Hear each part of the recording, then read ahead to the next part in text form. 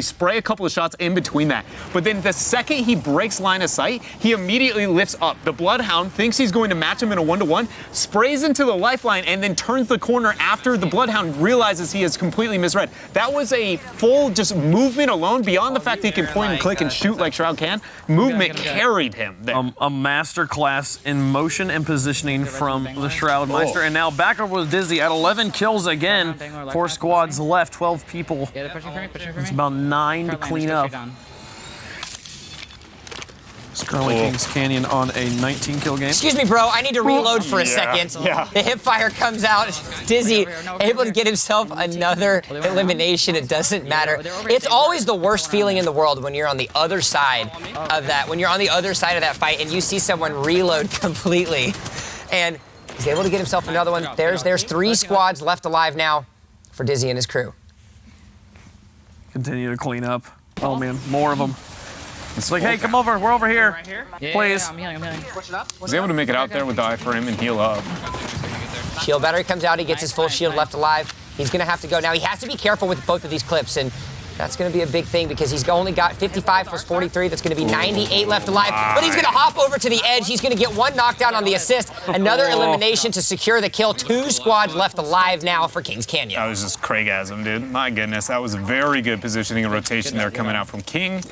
That's the second time we've seen this team, very skilled players make rotational advantages that add to shooting advantages. And I know that's, something everybody aims to do, but I think it's a big thing to point out is that these players, we know them to be legendary shooters, but how often do you look at what if they're just outmaneuvering these players? And it feels like almost 80% of the time that is the circumstance. And you want to talk about maneuverability? You want to talk about the maneuverability of slow and steady. They have clawed back Kings Canyon within arm's reach of Reed's money team. 161 to 152 respectively for the first and second place individuals. 9 points are left remaining, and now if they can get these last 3 kills as well as the win, that's going to give them 8 points and with them make them 1 point away from the first place. I want to talk about the speed, violence, and momentum on DrDisrespect. The Craft starting to actually make the pull away from the other teams. There was that nice deadlock battle for 3rd place as they right now have their last game 17 kills from Viss and 12 from Real Crafty, 6 from DrDisrespect. Okay. 35. 35? 35 bomb. That is the new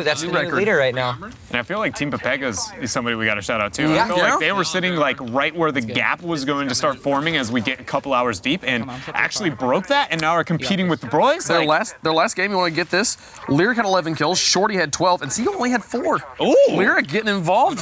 Still a 27 bomb for your team. That's a huge amount of points. Add the win as well. 32 points added to the. If you can average 30 points, I think if you can average 30 points a game, that's pretty good, and you're going to be in the top 4. Yeah. Ooh. You see a tango there in the Cascade section there. Oh, you can hear the shots coming out. The Spitfire is going to get through. You can see the Legend kill leaderboards onto the right side. But while all of this is going on, it's the last opportunity. Oh, his teammate's going to go down, but it doesn't matter. Dizzy picks up the final kill. That's going to be another 5 points. They are within striking distance of Reed's money team. We talked about how amazing it was that Dizzy was getting like 500 kills on Wraith a day. He's gotten 75 under this tournament. Thank you guys so much. Like, he's almost to 100. He's almost to like half of his daily quota just in a tournament. 16 kills. 33, you heard him say it. And Reed's money, they have been absolutely pounding. The last few games been a little bit different. They had a game where they went out with just 3 kills. Right now they're at 7. Though still very early on in the game. 16 squads left, 7 kills is pretty good. And here's the boy himself, Mr. Chocotaco. For any of you guys out there, make sure you go ahead and give him a follow. Great personality and even a better shooter. When you think about it, their team member sitting now in first place. Also a delectable dessert, frozen treat. Yeah, no, straight up. Have you ever had a Chocotaco? Absolutely. Yeah, Who hasn't had one? All right, no, that's true. I've had one. Let me clarify. You guys are both staring at me. I've had a Chocotaco. We can go to a gas station right now and go get you something if you haven't had one. I'm at 7-Eleven after this. Chocotaco. If you win Twitch Rivals, I will go and buy a Chocotaco right after this, and I will tweet you about it. And you probably won't see it because you're a super big celebrity. But I will do it. I promise you. That'll happen. At WavePunkRL on Twitter, I guess. Weird flex, but okay. Oh, yeah. This was a sellout flex. That's what that was. The one thing I did want to bring up here, before we got into the beautiful debate of Chocotaco's 2019, was the fact that they are running what we have argued is maybe the most, standard composition right now, with the Wraith, Bangalore, and the Bloodhound. It's just interesting to note because they are a very standout team performing and debatably one of the biggest pools of celebrities and popularity here at Apex Legends. So the fact that they're holding their own lead in the pack and they're running with that is something we got to keep our eyes on. I'm also gonna, I'm gonna bow down for you second for here, Dreadnought. You talked a lot about the Spitfire, and I gave it a lot of crap at the very beginning. It's pretty gross. All of the top players have been running Spitfire because they understand recoil control, and because of its large clip size and the fact that it has heavy ammo, it's actually doing pretty well for all of these guys. It's one of the gun types where its downside is something you as a player can adjust. Exactly. Where it's something like how many shots they have or how much the bullet spread is not something. And so when we take that argument, right, if that's the one element I can't adjust when I look at the gun itself, and I've been talking about bullet clips and sizes and capabilities all day long, and there's a reason for that. The reason the Spitfire is such an outlier is if you hit every shot within that clip and you remove that element you have control, how many targets in theory could you have killed comparative to your average gun? And the answer is more on the Spitfire than every other one. So you correct that, and that means you have more lethality than anybody else. The biggest drawback past that is going to be range, right? Is how far can you get that threat out? There's a lot of loot here, guys. Currently rolling on through the Cascades area. Here. It's really fun to watch the current standing as well, or the current state of the game that we look from Chocotaco. We've been tuning in on a lot of the players when they're in kind of like these top 5 scenarios because it is exciting, it is really cool. But for those of you hardcore BR fans out there, it's even more fun to watch the rotation strategies of what we like to call the mid game. Yeah. When you're in that middle state of the game, you're at the end of round 1. Coming into the part of coming through the end of round 2, that's more of that middle game area, especially in these high aggression games that we're seeing thus far. And it's really interesting to see players that have been doing so well, such as Visions, Huskers, and Chocotaco, on how they're rotating in this more open situation. Yeah, because there are a lot of unknowns, right? That you kind of have to make a bunch of reasonable assumptions, hold them as true, and then make the most educated, not only kind of choice and rotation for the team overall, and then see if that pays out. But if it doesn't, then you really have to call an audible rather quickly in these type of situations, only because kills have been so heavily incentivized here at Twitch Rivals. You'd think Reed's Money maybe gave everyone an opportunity when their last game didn't go so great. They only got 3 kills, were out pretty fast. But then he bounced back. They have 14 kills with 11 squads remaining. There are plenty of teams that 14 kills is a good game for them. And here, they're only halfway through. I love how that's the standard of play that we have right now in Twitch Rivals. Oh, you only got 10 kills. You need to do better. You're not doing as good as you need to. You need to walk up and try to get one of those 15. Like your brother, Jimmy. Jimmy always brings home the 20 bombs. Nice. Okay, let's keep going. That was 10 out of 10. I'll give you that one. I needed to give you dramatic silence for that one. That was pretty good. Can't deal with Jimmy there. Why is it yellow? Why is it? Jimmy. What is this game? Care package far west. Chocotaco here, 10 squads remaining now. Dude. Rocking the Peacekeeper as well. He's got his close range locked down, and then everything else is handled by the Spitfire. To the balloon. They're all in a really good spot as well because they've got themselves epic but I'm here. I'm armor alive. too. Let's go jump in with Summit in the gang. We haven't seen them for a little bit. Summit, Josh, and Bye-Bye. Bye-bye. Still on that rare Pathfinder. Finding themselves in a top 15 5-squad left situation. I think we should go back. Now, while things do look good for them, considering the fact that we see Josh OG with 10 kills, he's got 0 armor, and he's only sitting on level 1 armor, so that common armor that you can see all across the map, which by and large doesn't seem like a lot because it's definitely not. That's an extra 50 effective health, essentially, and when you get to those later stages of the game where you have the enemies with a fully kitted weapon, you're going to get chunked pretty quickly. I love Josh OG's infinite dab up in the corner. The little ghost dude in the top left. Just going at it, man. Yeah, if you shoot the bomb, He is. He's back and forth. It's That is dust serious cardio. You're right. 4 hours of just infinite dabbing. Found themselves at least one squad. Already got a knock around the truck. Great tracking here. coming out from Josh OG. Very well done there. And with the Spitfire. Yep, and there you go. You actually saw he communicated it to his team a second ago, and he was able to do that, shooting the bottom of the caustic barrels. That little red ring disapparates it immediately, which gives you just enough counterplay to not get slowed down so you can chase the enemy or draw back if you need to. Babai, though, receiving a bit of pressure. Josh OG not able to connect there with that longbow. Throws out the thermite as we get a flank from Summit as Babai also gets pressure on the side. 4 squads going ahead and remain. A lot of damage coming through. That's going to be the first knock out of, again, one of those 4 squads left. I believe they have one more until the full knock. And another squad down here for the big old boys. Josh OG and friends wasted no time to gain a couple of points. Let's be clear. It's possibly Josh OG, okay? It's not the real, you're right. I know he's on Josh OG's stream, but like the guy in game is clearly named possibly Josh OG, so I'm not convinced. Definitely not Blitzcrank. No, definitely. Grab more ammo, guys. But he's most certainly possibly above 50% a chubby stormtrooper. For sure. Marshmallow. And I can tell you this much, he shoots better than a chubby stormtrooper. He does. Shoots a He does lot indeed. better. Shoots a lot better than all the stormtroopers, man. I like what is that, Ren or Stimpy in the background? I forgot the difference between the two, but So many. Have you heard the theory about how stormtroopers actually were intentionally missing in the moments where you see them yeah, missing? that's not a theory. This is canon. That's life. That's life. That's real.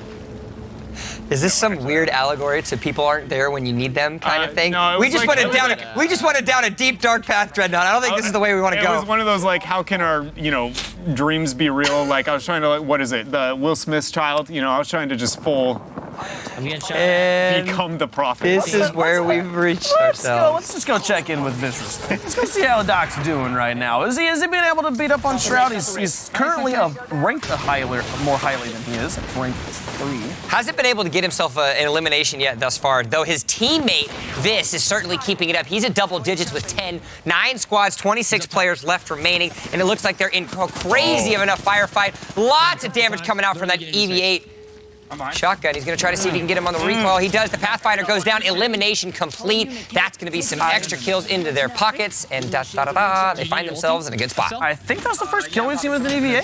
Yes, it's not only the. We might have got one in Europe, maybe one, but you are right. Out of a majority of the shotguns, definitely Peacekeeper has been far and above the highest priority. But I want to bring up something that we saw out of Viss there when it comes to the element of movement, but then what he did with specifically Bangalore in the passive. He actually utilized that he had an auto shot and took the passive by them scouting and shooting at him for mobility. He didn't waste that to flank. He goes, I'm coming at you. The Pathfinder had no idea what to do within that choke, tried to run away, and let's be real, you can't run away from auto shotty when Bangalore just hunted you down. Where you going?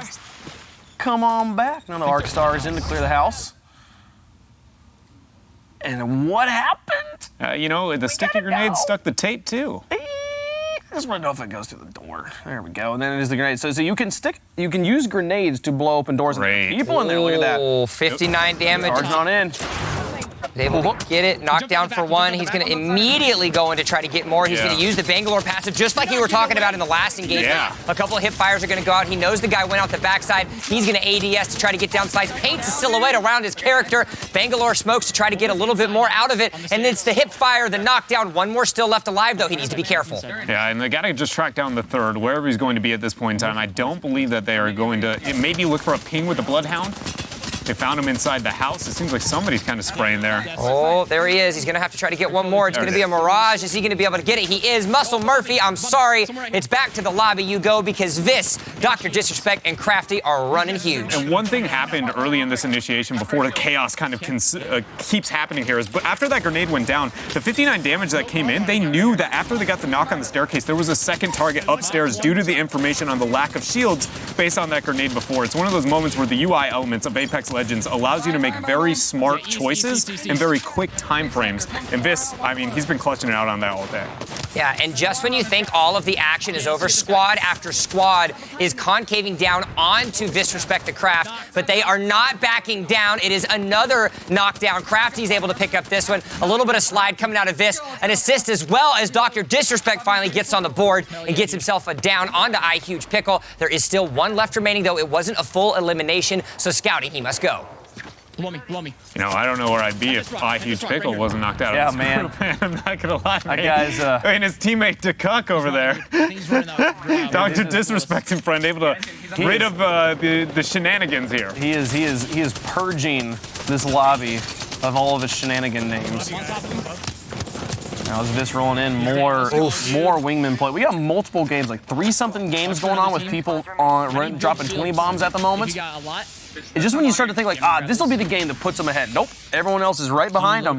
And this is something that that really speaks to the streamers that are involved here in North America. There were clearly some outliers in Europe. You had ZF, you had the Nordics, you had Team Main that were doing really well on that side. Now, if you take a look at the standings and you see what you have on the other side of the board, every single team is showing up to bat. Every single team, just when you think, oh, well, they're out of the running, they're dropping 20 bombs, they're dropping 25s, they're breaking the new record with a 35. They are showing up to play today. And I want all 6 of them. Oh, hey. Yeah, 100%. And I think that word, that sentence, if you will. Thanks for the 200 bits, man. Appreciate it. Thanks, dude. Right as you finish that, jump, he comes in, he goes, I want all 6 of them. And I think that shows exactly the thought process here is there are 6 people left, and if we don't say, that we are the ones executing each and every one of those, we're doing something wrong. And that's a mentality the guys have to have because it is a very tense race there at the top half of our standings. Disrespect looks like he's going to kind of move up and just scout a little bit there as he drops a portal for retreat if things get a little bit hairy. And we are back at what feels like the prime place of action over Apex Legends. Every game seems like this is very much the beginning or end of it. Team Papega, just an update, currently dropping 28 kills. Oh, Our game is not over yet. Above me here. And that's after they've been stepping up the ranks pretty heavily in points, actually. They're a group we might have to look out for. Hold up, though. Nice. A little bit of damage, not enough to get rid of the shields, but a full flank actually going down, knocking all the shields. The teamwork and focus fire here, tracking it down. Look at that. That is the power of the Spitfire, how long he was able to hold down that pressure and that damage. They're spraying through the smoke, end up getting the first knock here. Get him, they got him. That's the squad. Just one more squad left. 2 squads right here. left remaining, and they found them. The action has not stopped the last 5 minutes. It's been Disrespect the Craft that have been going time after time again, squad after squad. The Bangalore passive gets popped out. He's going to throw the tactical ability down as well to get a little bit of smoke. He's going to beam with the Spitfire, but it's not enough. It is Viss against the world. We've seen opportunities from their team. The knock isn't going to happen. It is. There's one. There are multiple members left alive. Things are not out of the count just yet. Viss has the Phoenix kit. He's going to try to get himself a full kill. Thankfully, he's able to do just that. Phoenix kit goes off, but as we've said, it is not over yet. Does his teammate go for the reses in the same way that Viss has decided to go for the reses down below? The shots come out. That's a lot of damage, 50% damage onto the shield. Goes for the smoke, buy him a bit of room. He sprays down. That's 2 versus 1. No shielding remains onto Viss. Goes back, looking at a Phoenix kit. Will he commit? Oh, yeah, he uses the shield battery, so thankfully he's got a little bit left on that epic armor to try to give him a little bit of something. The full finish gets finished off there. It's a lot of finishes. But that did reveal where they are. The fact that they even have an angle on that one member there. Now remember, he did get that knockdown. There was an opportunity for the enemy actually to get the revive. Thankfully, he's got the height advantage now. Lots of damage, is able to break the armor, which means it's time for him to push. He's going to get a lot more. The armor breaks. You can hear it. A knockdown has happened. He's going to switch to another one. Full elimination. There's still one member left alive, though. He's going to have to be careful. He's getting flanked there. I felt like he had a little bit of pressure from above. Apparently not. Able to buy time to get the shield battery, knowing that he's got to be in the river down below. He goes for the execute, so he is in the river. Viss knows where he is. One target is going to remain. He gets the flank. Lifeline is dead. Champion banner goes across. You can see the excitement on Viss's face. The headset comes off, but it doesn't matter. They get the 5 points. Disrespect the Craft showing up huge. Oh, man, it was the power of G Fuel, man, carrying Viss all the way by himself. The 1v3. So important, too, that he gets the elimination on that first down, or the second down there, to make sure he guarantee they're not going for the revive. There's no way I'm going to get the situation. We saw someone in Europe had that exact situation. The 1v3 gets the down, didn't get the finish. The revive comes out, gets pinched afterwards.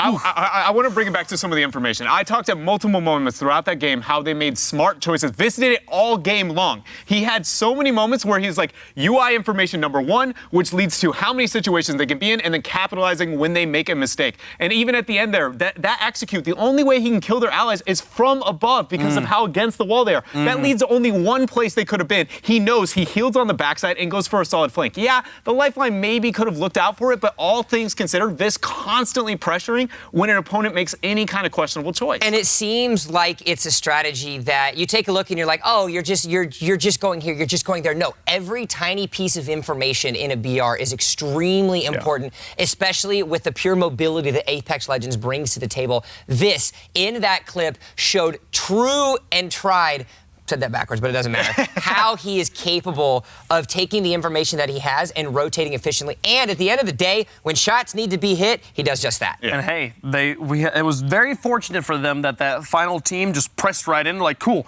the fight's right here. We don't have to go looking for it, we don't have to go hunting for it, no wasting of time. Let's finish the fight, let's get out of that one, and they get the win. Folks, we're gonna take a quick break, and I know you'll miss us, but trust us, we're gonna leave you a Summit, we'll keep you company, stay safe, we'll be right back.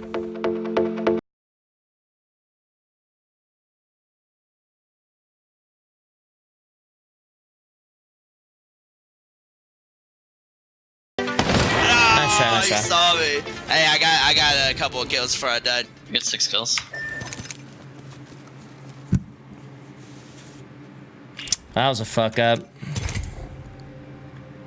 All right, well, I said I wasn't gonna go down, but I died. Dude, fucking A, it's so annoying sometimes how some teammates spread out in the weirdest ways.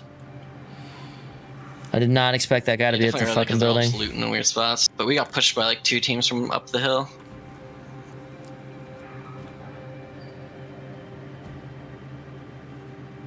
And I never had any guns I liked until the very end, and then I never got shoot.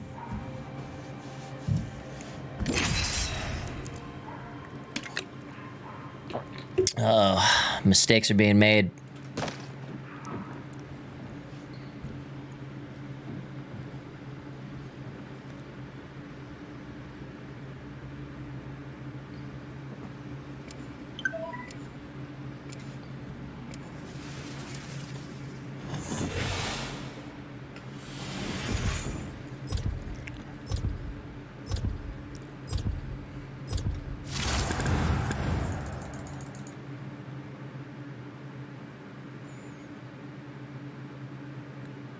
I'm not afraid. I think we're going to do great, friend. Never be.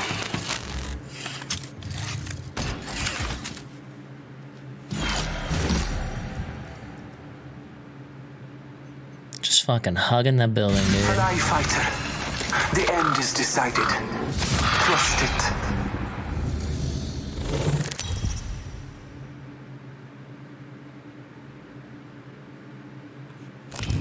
This is your champion.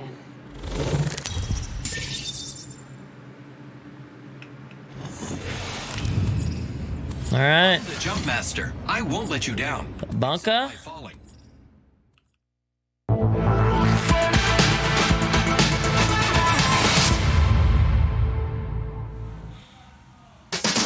Welcome back to Twitch Rivals, folks. We're about halfway through our North American Apex Legends event. It's been a lot of fun so far. We've got some of the biggest streamers in North America here competing today. Summit 1G has been one of the mainstays of North American entertainment on Twitch. Let's get to know a little bit more about Summit. Punch him! Ah, jump kick! Just, ah! Oh, press N to inspect your gun. N? N. Oh, that's Ooh! I smoked right side. This guy, no shield. I hit him so hard. Another guy below. Oh, I got him. Woo! Let's go, baby! Oh, sick. Summit. Fantastic player in so many games. Huge Sea of Thieves guy. If you like Sea of Thieves, this guy plays it a lot. He's always hunting for those Athena chests. But right now, he's looking for them dubs. Piece of shit Mozambique. Not happy about his loadout at all. A sentiment that is shared by a lot of players of Apex Legends. And again, Every game needs one gun, and Mozambique, it just fills that role, you know? Yeah. But what I will say on the flip side, nothing is more rewarding than somehow getting a kill with a Mozambique and then being on that receiving end and just hating your life miserably. Yeah, been like, what? What just happened? No. Oh. Reed's money team still up on top, breaking into the 200 club. Disrespect the grab. Leapfrogging Kings Canyon into second place on the hunt for that #1 spot. Only a 2-point difference, though, between Kings Canyon and Disrespect. Papega taking it the 4th there as they've been crawling up. The Broys, the team that seemed like the clear favorites, struggling right now. Summit was able to at least take the Mozambique and hit a pretty solid upgrade in the downtime, right? Like he translated over to a Peacekeeper a little bit later. It's just like, it is one of those most frustrating circumstances when you like land at a very, kind of populated area and you find, you just run through the house and you're like, just a gun. Okay, and you're like, helmet, there's a backpack, some shields, and then you turn the corner, you're like, I see the bullets, I know there's a gun, and then it's just, pew, a Mozambique sitting right there. That sound effect pops up in your game, guys. So if you next time you load into Apex Legends and you see that, you'll hear the pew, specifically in his voiceover. Yeah, the same way we got the Jimmy voiceover coming in soon out from Wavepunk, right? Oh, yeah. Yeah, the Jimmy's mother, excuse me. Jimmy's mother. Jimmy, don't you be disrespecting Jimmy like that. Jimmy brings home the 20 bombs, dude. You don't mess with Jimmy. I'm gonna stay with you then. Stuck him. Apparently a bit of pressure here. It seems on the bottom side of bridge, actually all the way in river. We'll see how Summit decides to rotate to that. He does have the high ground on the left-hand side if he wants to move. Seems like that's going to be the case. Pathfinder can jump down a little bit more comfortably than most, but with the rest of the roster down, they're probably all in pursuit. You hear the shots coming off. Summit doing a really good job at keeping that verticality until he has vision of where exactly they are. They're able to get the full squad wipe. So good spot now for Summit and the boys. Yeah, that was really well done. I think, I don't know, this is one of those, because the game is so early, theory crafting in the long run, like who's the best person to put in those circumstances. First glance, I'd be like, maybe you want the Pathfinder in the river over the other two just because he can get out and things get wild. But the team clutches it out very well here. And we'll just be keeping track of how they're able to, keep this tempo, because I think that's the biggest thing, right? Because we know these guys all can kill. It's just whether or not they find the right targets and keep the pacing in every single game.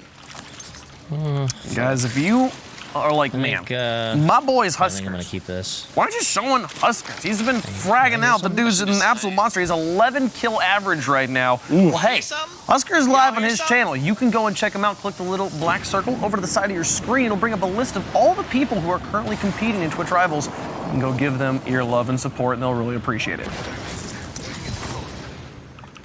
But for real, I kind of want to watch some Huskers at some point. The guy has been crazy. Is he statistically the highest 216 bombs, 114, 112, and 118. Where was it? Fuck. Just by himself, I believe, and I'm just going to double check here real fast. A big med kit yes, somewhere. he is barely edging out Dizzy Who does as he the play? highest average kill. Please tell me it's a Bloodhound.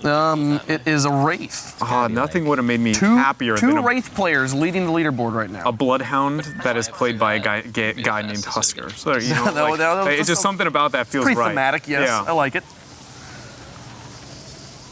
All right, now not a lot of roster changes happening as far as in-game lineup. Tim, High Distortion, and Jay have been sticking with the Caustic Bangalore Wraith comp. That's rough. So his character model actually ended up scraping the bottom of that Leviathan rib. Skeleton rib, whatever you want to call it. Leviathan rib sounds perfect. Yeah, he was able to hit that. So unfortunately, he wasn't able to actually get any of the extra distance off of that balloon redeploy. There's a pretty cool Leviathan tibia, though, up down the way of this path that you actually can climb up on and hold as high ground. I think that's just like a top 10 highlight of the day for me, is the fact that we actually got to learn that, like, what those animals were called. Yeah. And that they're a Leviathan. We're gonna go check in with the Broys here real fast. They are near the end of a game. I believe they are down to the last man. And it is Skadoodle who is in the Beast mode right now. Yeah, and that's why everybody's grayed out. Everyone's looking at him. Skadoodle is the only one alive. He is, but he's also able to hit shot after shot. You saw that wingman was hitting every single time that he clicked his mouse, which is a good opportunity. Now, thankfully, though, he was able to get both of their respawn banners, and with 5 squads left alive, it could be an opportunity. And I know you're shaking your head because this is the probably worst spot, Dreadnought, to respawn someone. It is the hardest res ever, period. Based on do it. It's how Skadoodle. tense of a moment it is. 3 angles of approach. There's people. Did you see the That's shots? what I'm saying. Shots just came out of there. There are already people there. Is unreliable. I'm not saying this is a misplay. I'm just saying this is a challenge. This is a man versus legitimately the world right now. This is going to be a tough one. We'll see if Skadoodle can get out. He right now. Are there any other respawn points in the circle? I don't know. I'm going to say there's at least one pretty close, but I don't know how tense the circle is currently. And here's the thing, once a respawn point's been used, it's consumed. Yes. It's gone. You can't use it, so that might legitimately be the only one that's available at the moment. I believe they got others based on the ping and how big that circle was. I think it's very, very low chances all of them were taken at this point in time, but it is going to lead to a bit of a trek. We'll see if he goes for the balloon route just to get farther distance based off of that, knowing it's far away. There it is off onto the right-hand side.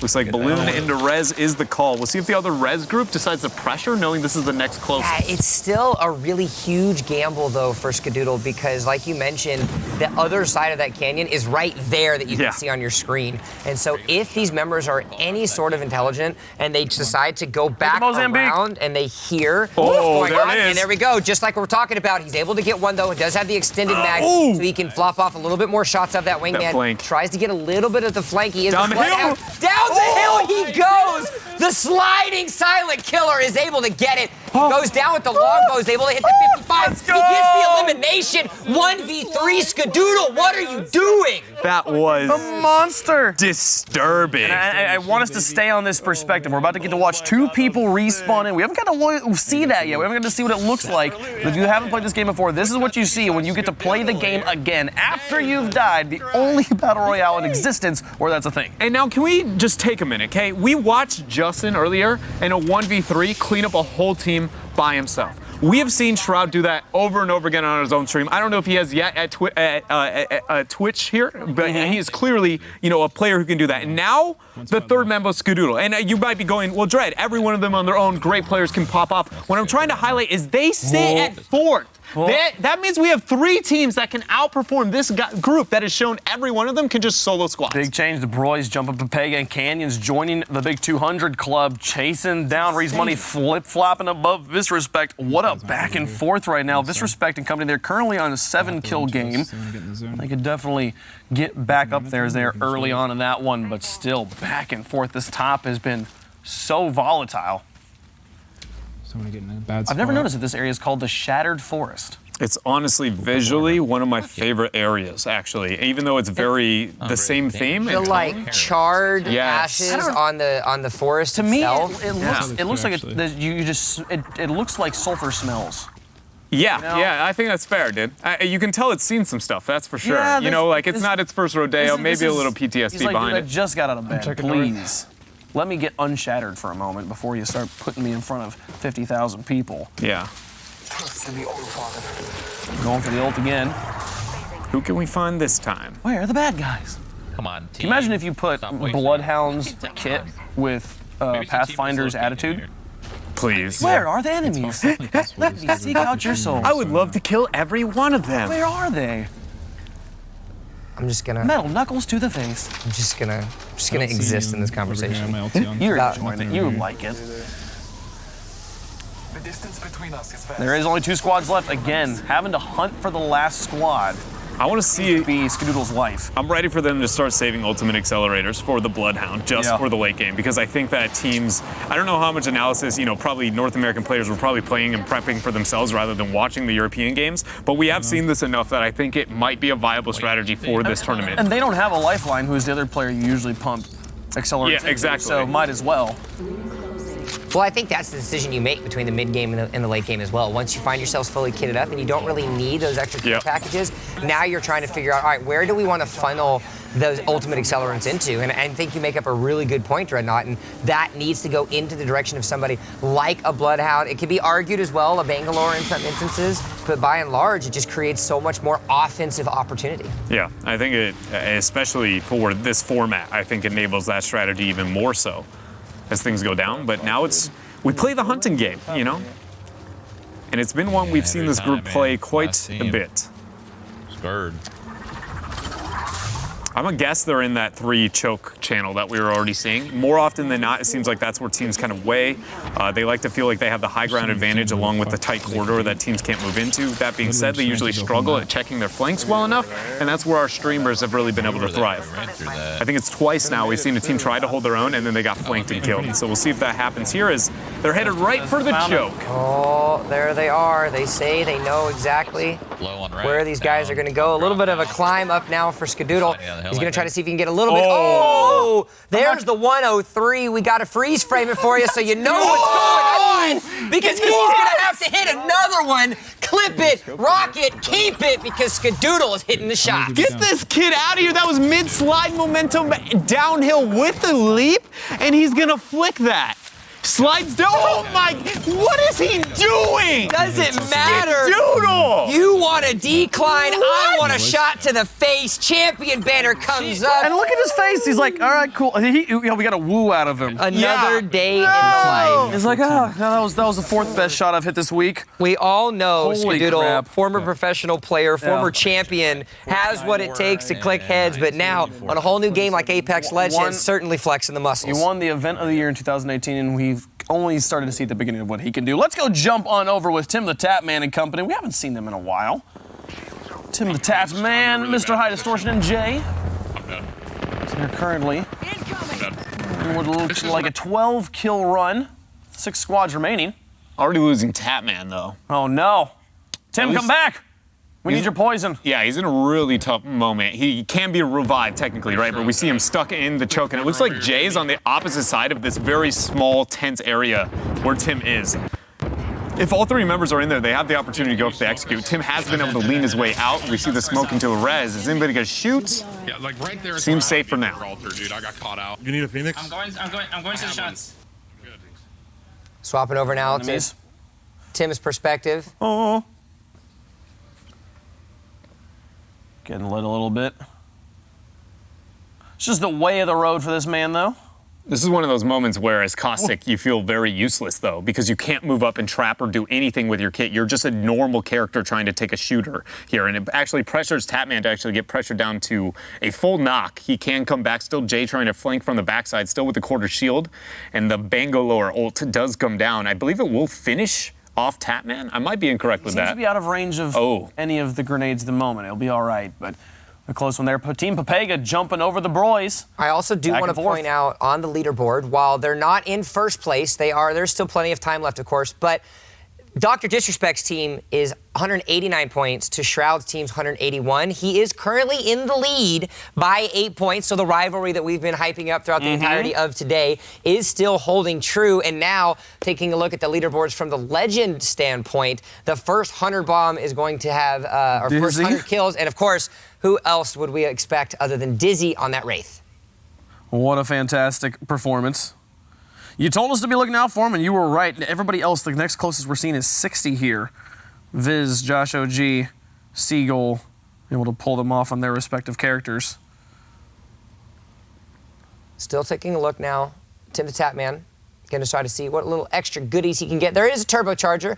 We haven't really seen many devotions today, actually. It was something that we talked about a little bit earlier in the power that it brings, especially with that turbocharger hop-up, but we haven't really seen teams really go for it. For me, it's like we talked about when you have the devotion, having the upgrade and having, what is it, the, not the choke, but what is the opportunity to be able to get the pre-fire on the devotion itself. I think once you have that, you look at the devotion and you go, you have a tier 1 gun. You're ready to be lethal at almost moment. I truly think it is ammo probability and finding energy ammo. That in itself is so low with the devotion that you need 150 bullets to be effective, and the odds of you getting that is very, very limited. And it makes a lot of sense as well because of how hard rotating all of these teams are, because they want to be able to make sure that they get those extra eliminations. The time that you would spend usually in a game running around trying to get energy ammo there's just not enough time for it. There's not enough of an opportunity to actually get the resources that you need to make the devotion worth it, and so they're going for more of these heavy ammo, light ammunition compositions. Yeah, I've been amazed at how much R301 in full auto actually we've had today. Comes the drop from DrDisrespect, currently in rank 3. You can see on DrDisrespect. Stream the Leviathans off in the distance. Just moseying around, eating their full diet of vegetarian lasagna. They're big on the veggie lasagna. One thing that we haven't pointed out at all, because we haven't talked to him much when it comes to the dropping capabilities, is that Mirage is actually one of the few that can use his abilities while he is flying into the map. And you can use your Mirages to actually make it look like more people are in an area than maybe actually truly are, right? And I've even had games where you can threaten people off, right? They see double Mirage, and if they aren't paying attention, they think that's a group and I shouldn't go there, and like they want to run away from the fight. Talking about a fight, though, DrDisrespect finds himself one there with that R5. Oh, always feels good when you get it with the automatic pistol. More points coming on the board. 236 now for Reed's Money team, sitting 14 over Kings Canyon. That's Ninja, King Richard, and Dizzy. DrDisrespect coming out with the wingman, able to find 2 there, and sets down those 2 kills out of the 3 of that squad. Nice to be able to see him get himself a couple of points up here, and a nice little scope as well for that pistol. Yeah, I just need to get armor.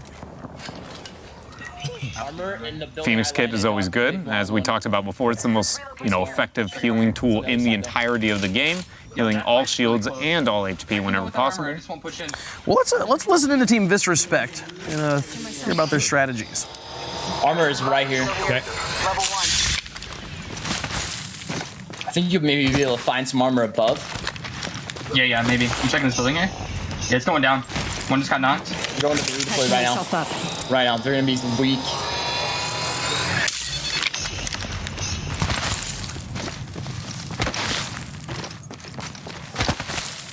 Checking up top for armor. Yeah, cool. Got some? Dude, sick. On top got looted. Did they go up the right side? I'm not sure if they went. One here. He just jumped down. Hostile over there. Dude, blasting my marker. One of those blocks, one. Broke armor. Knocked. Nice. Target. One more. Bangalore. He's low. He tried to res his buddy, dude. Jumping in the smoke. Oh, one hit. Oh, no. He wants to thirst so bad, dude. He's so low, Doc. Like, why are you thirsting? Nice, dude. Nice. I got him. 1 second. Very nice, boys. Very nice. Reloading. He ain't allowed to. One of them had blue armor. I think it was the Wally had blue armor. Okay. I'm pretty sure. Take that. Yo, you need that choke? I do. Yeah. Okay. Do you? Yeah. All right. Okay. Yo, I'm gonna go over, hit the redeploy, go towards Skull Town. Yep. I'm ready. Half the squads are left. I've got my ult for next fight.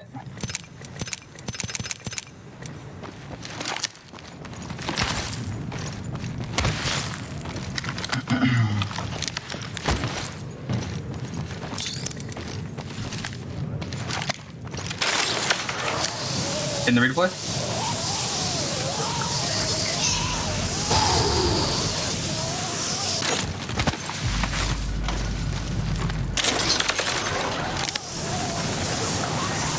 I think a drop's coming down, dude. You see a drop dropping anyone? Yeah. I like how Dr. DrDisrespect's teammates were like, why are you thirsting? Because you could insta-revive in this game. It's actually the tactical best decision to make it happen here, but they get the wins. Now, I want to go check in with Reed's Money team. We have not really actually watched too much of them right now, but they are our leaders, and Huskers has been a huge part of that, continues to rack up massive kills right now at 8. He is currently averaging 12.3 kills. What are the other 2 averaging? Like on The other average, two what are the are other averaging 5 or 6. Oh wow! So he's literally. So he is double there. Yeah, doing just as much as the both of them. And I feel like I tried to bring this up a little bit earlier when highlighting, look at Shroud Squad and what they've been able to do when we watch them as individual players, and we have seen them be 1 versus 3 gods. And that look at this roster. This roster is #1, and that is 5th. So think about what that is asking of players like Huskers. If it's not a name that you know, it sure heck should be one that you know in the future, because this guy is making, the OGs, the gods across the board look mere mortal. I mean, hey, and if you want to know him, you can go over to his channel because he's actually streaming right now.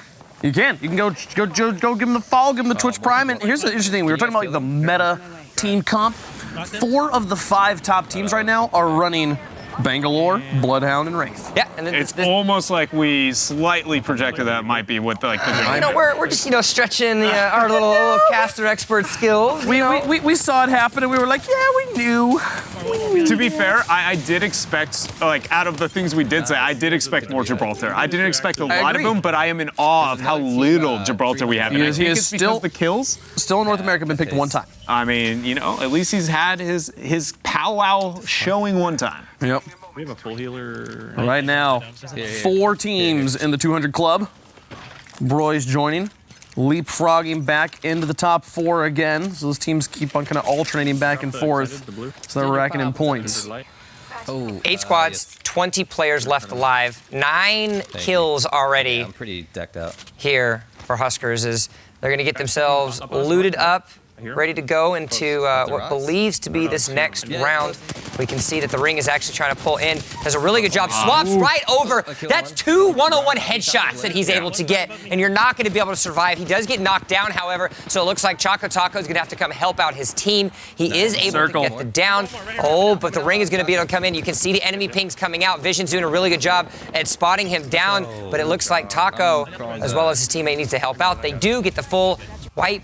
That's going to be a great situation for them. Reviving. Hey, look at the skull. You just stick it, man, at that point. Yeah, I commit. Stuart, thanks for the bits, man. The one thing there, though, beyond the fact that we saw that raw double wingman headshot from the hip after the swap over, I want to point out the fact that, the opening half of that clip was not advantageous for Husker. He realized, okay, I didn't get the ADS I wanted, I didn't get the shots I wanted, and he knew that if he committed to the remainder of the R301 clip and full auto, that's not lethal. So he snap rotated. That being said, he had 2 just ridiculous back-to-back headshots after that made it look easy and calculated from beginning to end. But those are the small things that these players are doing that are absolutely separating them. Not so much always the double headshots as much as it was clip awareness and weapon awareness to lethality. I wanna listen just a little bit to hear what is the attitude like? What is the vibe like on this team that is currently winning here in North America? To our south. Beaker TBOB, thank you for the new Prime sub. Welcome to the Huskies. Appreciate that. This is me. I'm glad Beast Shoot me. Innocent.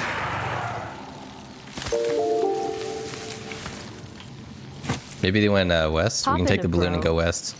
I'm looking around. One player right here. Location has been disturbed. Yep, I see him. Might be something good. Running to the house. Running to the house. Drop right in front of me. Okay. He's in the middle of the street. One right here. One up top. I got the guy up top. I'm getting wrecked. Healing. Guy up top, drop down. Reloading.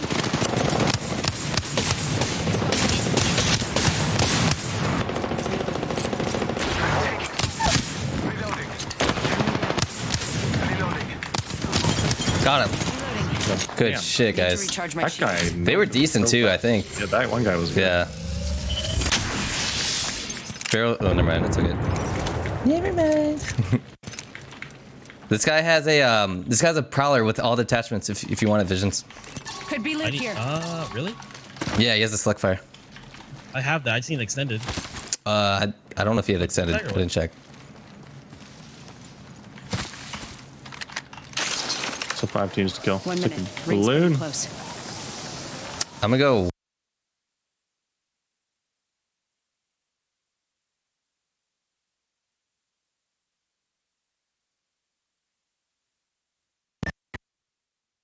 You sure? What? You only downed him. Yeah, I saw on the map. Some things that happen right now. 3-0. So I'm reviving you. Thanks for the res. All right, I'm taking the balloon right now. Where'd you Maybe it's So back here with Visions. We haven't joined on with Visions yet, and I like his little, like spooky Miller Lite fridge he's got going on here. Guy right here. Looks like a TV in a haunted house or something. It's almost like a heartbeat monitor. Right. Like, can you imagine if that was a heartbeat monitor just hooked up to him? Like it did like the faster it flashed, like and then when it got into like a dangerous area, it started to flash red or something. His adrenaline goes up at the end of a match, and you just see like the symbol just like popping off. But in the meanwhile, it looks like they're going to be going off on a fight. Visions as well as Chocotaco both get themselves down, and elimination comes out as Huskers is able to get up that third one. So a 3 for 3 as the team is able to get themselves a clean wipe. Now we're swapping over to Chocotaco's field of vision as we see where he wants to go. An artillery strike from Bangalore comes out, but it doesn't matter. There are 3 squads left remaining. Bangalore was able to get that speed up, which means shots were coming his way, and now he's going to be able to listen to Huskers as well as Visions to find out exactly where he needs to go. Walks through a building so he can use the shield cell, because now it's time to get for blood. I'm realizing I'm probably actually going to have to go buy a Chocotaco. Maybe. I said that, and I was like, they're probably not actually going to win. We'll go. Dude, you act like that's a losing in your book. No, it let's sounds be real. amazing. You I'm get excited. a Chocotaco. Victory is yours. I'm Honestly, excited. the only thing that feels better than that is winning the Apex Legends. That's the only thing they could possibly win here. What'd you get today? $8,000 in a Chocotaco. All right, there you go. That's like a a good great day. Still one more. Fantastic experience. This person hiding in the corner. You cannot see me. I am hiding. I can't see you, so you can't see me. If I put my sunglasses on, I am invisible. Mm-hmm. Just watch your backs. I have to push through the arch here. Yeah. You see them asking about the Bloodhound and where the scan is, considering there's only 3 teams left and that we have these tense buildings. Gonna wait for a Husker to get close? No, instead just gonna open. Oh. Finds him in the corner. Good job. Spitfire is dishing out a lot of damage here for these streamers. You know, I'm being sold on the Spitfire more and more as we get through later in this broadcast. I'm not gonna lie. You were pretty confident about it. And I knocked you down a couple pegs, but you know now I'm the one having to eat crow at this point in time. And I'll tell you what, the Bloodhound's not happy about it. He's gonna. Because you're eating crow, or are you eating his face? You have like a million. The Bloodhound's not happy about him eating his crow. You know, that sucks. But Jump's gonna go home. He's gonna pick up the Spitfire, not have the legendary barrel stabilizer on it. And he's gonna be like, "What is happening?"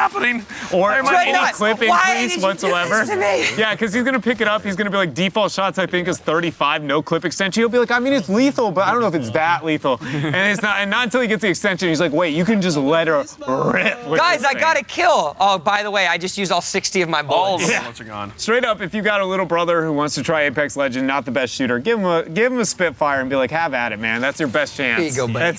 That's your best chance of knocking somebody down. My 15-year-old brother's gonna love our weekly catch-up call. Hey, have you played Apex Legends? Yeah, but I'm not very good. Let me tell you about the Spitfire. Hey, and I'm talking about the weapons.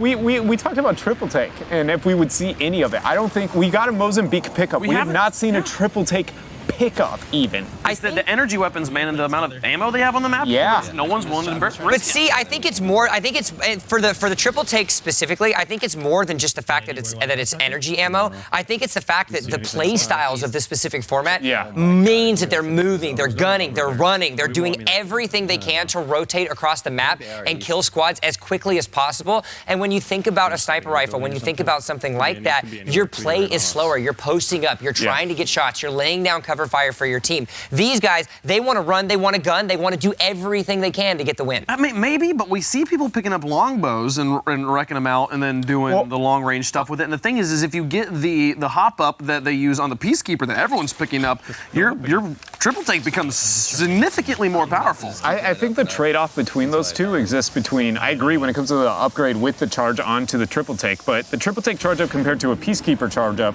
at that range, you don't have that time. They're moving so fast, they're gonna get behind cover. You want to be able to get those shots and get that damage. And let's be real, the numbers are hard to calculate on a triple tap if you do not have all the perfect circumstances at hand. So, or triple take, excuse me. So it makes sense to be able to neglect that, avoid that, and stick to things you know. Longbow, yes, it is long, and yes, it's gonna pack a punch, but we know if it clocks, 55 damage or more coming down the line. Also, I want to point out that on the standings there, TimTheTatman's team, the 95 blockbuster champs, which is, I think, 2 years after DrDisrespect was the back-to-back blockbuster champ. I think it was a 92-93, if I'm remembering correctly. So yeah, that's just interesting. Also, they're crawling up the ranks. They are slowly but surely gaining some points, possibly going to try and take that 6th place spot. So now we find ourselves in a similar situation that has happened to many of the streamers and Twitch rivals today. Your team and one other team are left remaining, and now it is the hide and go seek method. Choco. Everybody is spread out trying to figure out where they're going to go. You should have got one of the tanks. One guy too. Get in the Jeep. Drive around. Do you hear that? They said they think it's even one guy. Well, I'm going to be honest. Every time this has happened to a team, they thought it was one guy. Yeah, and then it's always been you're 3 guys. not wrong, actually. That's happened about every single time. So that is fair. It's just like we can't find him. It must be one person, which is not a wrong thought to think, but it has been a full team every time. They got the supply drop. Let's see if we get ourselves a Kraber or Mastiff. What's he get? There it is. There's the Mastiff. 4 seconds. Call it a day. Honestly, I just put that on the Bloodhound and I'd just be like, go at it, man. Yeah. Beast of the hunt, find them, and end this game. This can't be real life. We haven't talked too much about the power of the Mastiff. If you think the Peacekeeper is threatening, the Mastiff makes it look like a, honestly, I don't want to say too belittled because it is still a very good gun, but the Mastiff's chunk is huge. You are going to die if you sit anywhere near the close range of this shotgun. Becomes a peace distributor. No longer keeping it. We have the Keeper, and this one distributes it. Sucks if we can't. Ugh. Oh, they're going on the zipline up to watchtower. Oh, he's spotted him. There we are. Late to zipline. They spread themselves out just enough. They're able to get a little bit of visual. A couple of the shots are coming out now out of Huskers. Just one? Oh, two. Right now, Choco's probably wishing it was a Kraber he got. See, but this is the thing too, is when they actually make the realization that it's more than one person, that actually benefits them, and it actually helps out the fact that they have been running around this much, because that is an extra point in their favor. And as we can see, with Kings Canyon now only 14 points behind, every single one of those points are going to matter as we get deeper into this 4-hour block. Fan's getting pressured right here. Or excuse me, his vision up there getting pressured. Is this the win? Gets knocked down. There's only 2 going to be left, but I don't think he got a single knock in that time. So right now it's a 2 versus 2. Great And the 1, the 2. He gets him. That's the champion win for Chocotaco. They tack on another one. Let's go jump on over with the 95 Blockbuster champs. So again, they were at 158 points last we saw. Also, last standings update, Papega was able to jump the Broys back into the top 4. Back and forth between those two. Yeah. You should. I'm using my ult to get top 6 squads remaining here. It'd be a little more further. I think you might be. This is high distortion we're watching. When looking at the loadout, having an epic stock helps quite a bit there. A little bit extra bullets. The stabilizer is the biggest thing. Not the farthest of range, but you're still very effective with an R301 in just that single hollow. And then a Peacekeeper on the back end. So pretty good kit, especially for Bangalore for the smoke opportunity and the mobility. As it looks like they're just going to be pressuring into a pretty tight corridor here. Eventually, the circle is going to be moving back towards, I mean, no surprise, that Cascade area. But for now, they can kind of venture outward and maybe look for a bit more loot. Dude, I just need a Thunderdome circle. Go to the Thunderdome. Here on the left. Get your heavy metal What's your infatuation? You know, you keep saying it. We keep being like, yeah, Thunderdome. We don't really like ask the question. But I implore you, sir. What's the thought and what's the infatuation with the Thunderdome now? It's this wonderful, magical, globular place of thunder. So, I'm really big into thunder. So think about this though. It's like when the circle ends Thunderdome, if it ends at any one of the 3 high-rise circumstance, you have 1 zip line / 1 drop counterplay whatsoever. Right? This happened to me just the other night. You and I, we had a game that ended in Thunderdome. How did I end it? I proceeded to just throw a nuke. You Gibraltared them and we won the game, and it was amazing. Yeah, and the biggest outlier of this is, let's be real, number 1, us winning games, lol, and number 2, a Gibraltar winning games, double lol. I love how that was the first thing you prefaced with us winning games, LUL. We won 2 games back-to-back that play session, I will have you know. All right, wrapping up the Thunderdome, though, and bringing us back. 14-point deficit Kings Canyon had to Reed's Money Team has now been dropped to an 11-point deficit. We haven't actually got a chance to catch up with the Kings Canyon guys, Ninja, Dizzy, as well as King Richard in the last few minutes, but all the while, they have still been slowly but surely clawing themselves back. And in the same vein, Papega has actually been able to stay ahead of the Broys. 1 minute. So what can we see here?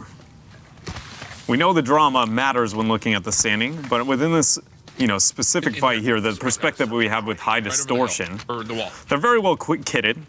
They'd have. Close to the wall. I hear him. Okay, Tatman has at least discovered somebody with audio. If they're indoors, you never want to do that into a caustic. He is going to trap you and put you in a bad spot. Great shot. Good damage out of the Peacekeeper. Nice star. Will at least gain some zone here.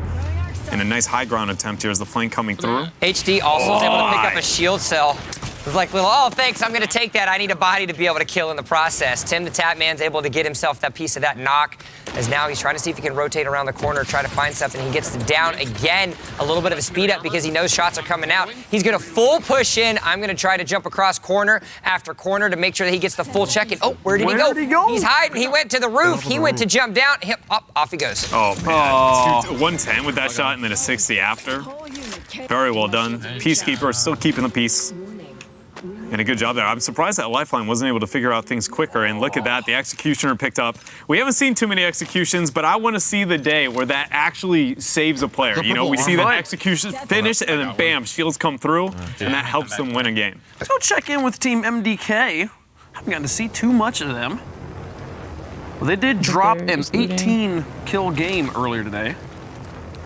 18 kills? 18 kills. Pretty good. 10 of those was B-Nans. Really? Yep, the other two had 4 apiece. B-Nans, Lil Lexi, and Annemunition.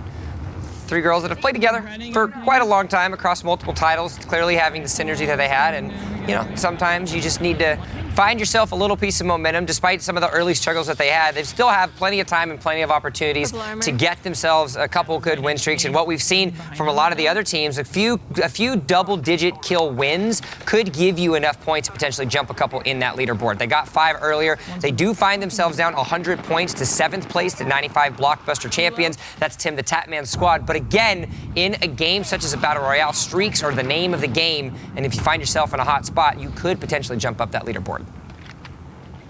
Right now, only 2 teams that haven't managed to break into the 200 club. Found a couple tangos on the side. Lit up one, great flank. Oh my gosh, good advantage here. Swaps over the Peacekeeper to finish it. Sliding down the hill. Oh, there we go. The 12 was all they needed, and that was the final kill. Fadeaway shot pulls through. They're able to get the full wipe, and another 3 points gets added to their score. That they're going to collect their loot, collect their winnings, and move on. I think we still have one more team on us somewhere. They have another squad on them, that's great. And be able to help with at least the points, as long as everybody's prepared to be able to take the fight, at least.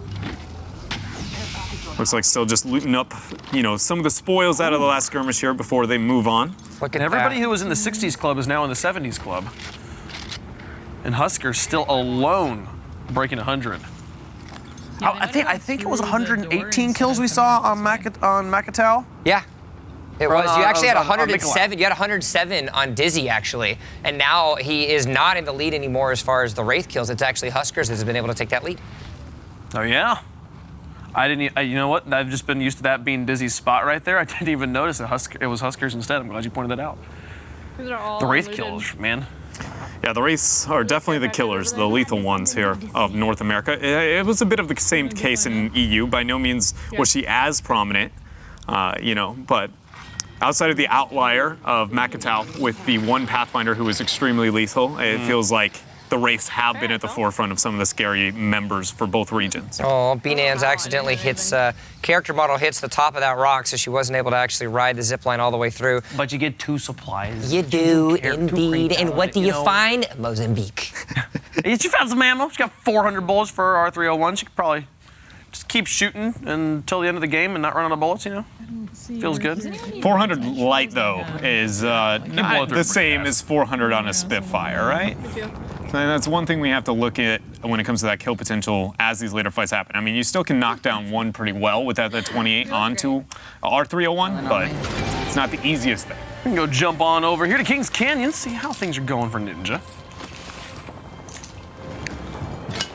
Ninja popping up on our screen, hasn't been able to actually get any kills thus yet this game, but this is a very fresh match. And when I mean fresh, I mean there's still 60 players left alive and not a single person has actually been down yet. Nobody's gotten a kill. So nobody's gotten the kill yet thus far. But just as I say that, a couple downs happen. Dizzy is able to get himself his first down, which means there are people that are hanging out with them, and it's about its time to tango. You got the Wingman and the EVA 8 auto. here for Ninja as he's trying to see if he can loop himself around and find something a little different to do, but he's going to have to rotate around to see if he can help out his team. King Richard, in the meanwhile, was able to knock down the second person. Ninja's able to see a couple people. King Richard gets down, but Dizzy is able to take down the Dyson sisters as he's going to have to try to get it. Great job there by Ninja, prioritizing his teammate. Adrenaline shot to the chest, and he's going to keep his teammate alive. Ninja, 2 games ago, did the carrying on Kings Canyon, getting 10 kills to the 6 from the rest of his team. Kings Canyon still chasing down Reed's Money team, who have slowed down a little bit. This was something we saw happen in Europe as well. It looked like Reed's Money team would be easily breaking 400 points by the end of the tournament. Right now, still a good 125 away. We'll see if they're able to pull it off. Kings Canyon chasing them down. Things are starting well here for the group, right? You know, a couple of kills already, able to set up reasonable when it comes to some of the loot, considering the part of the map that they're on. They're going to have to move a little bit when it comes to the next circle. They are technically in it, yes, but just considering, again, where the good loot is going to be, except for this. If the supply ship has been unlooted, this is going to net a lot for this roster. Still only a 5-point difference between 3rd and 5th. Pega, Broyes, and DrDisrespect. All 20 seconds out. Oh, Ninja, it's time to light up, dun, man. dun, dun, dun. The Ninja from his name is going to come up now because it's time to find a team. He's running around with the EVA auto. Where is the enemy? Thankfully, he's able to get a really good flank. There's 1 assist. There's 2 assists. There's 1 more left alive. He's going to try to pop off. A nice little situation for him. Eliminations come through. 3 more points added to their score. That's a situation where I think it highlights that kind of problem you asked me earlier at the beginning of the day. How well is Shroud going to do? And I raised, well, there's casting and there's a lot of abilities within this, and it's not all about how well you shoot. That team died because of information advantage in favor of this roster, right? Yeah, they may have been able to outshoot them in a 1-versus-1 out in the field, as we see Ninja doing that just with that wingman. But it really shows what they're able to do with some of the tools like the kits overall, and really stepping up now. Another one there. Turning around, finding his teammate. Guy on top of the ship. That was really interesting, too. Once you saw Ninja get the accurate adjustment with the wingman, he actually didn't miss a shot past that, but until he got to that point, unable to connect. The ping from Bloodhound. Talked about like abilities like Lifeline's ult that you kind of want to use basically as soon as they're up, or Pathfinder's grapple. I feel like that ping is something that just any time you are in a situation where anyone could sneak up on you, just go for it. It'll come off cooldown faster than you think. Yeah, it definitely is something you should be using a little bit more here. And also great awareness coming out from Ninja in this situation. Popping the beast to the hunt, and then more importantly, keeping track of the mirages. You saw that, you know, it was like, do I want to commit a shot? Quickly deciphering that's not the case. What is the most reasonable retreat? And being ready to, you know, use the shots whenever they're actually available.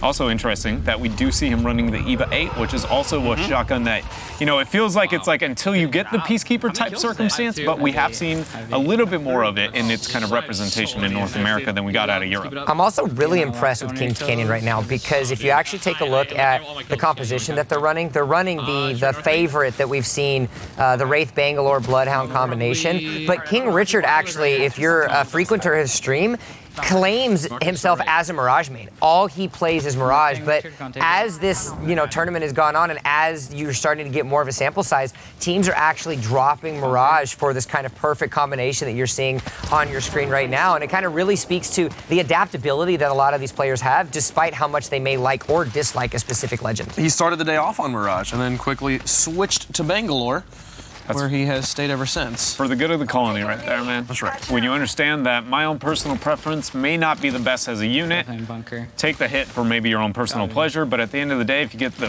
$7,000, $8,000 that's sitting at the top, especially if you get that bonus when it comes to the kills, you're probably gonna be happy you made the choice. Nice, another ping coming out from Ninja.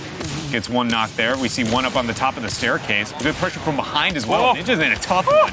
Turns around with the auto shotty and gets it. Look at the focus fire coming out of this roster. He goes down, but it doesn't mean everything is lost for naught yet, as King Richard's able to get the elimination.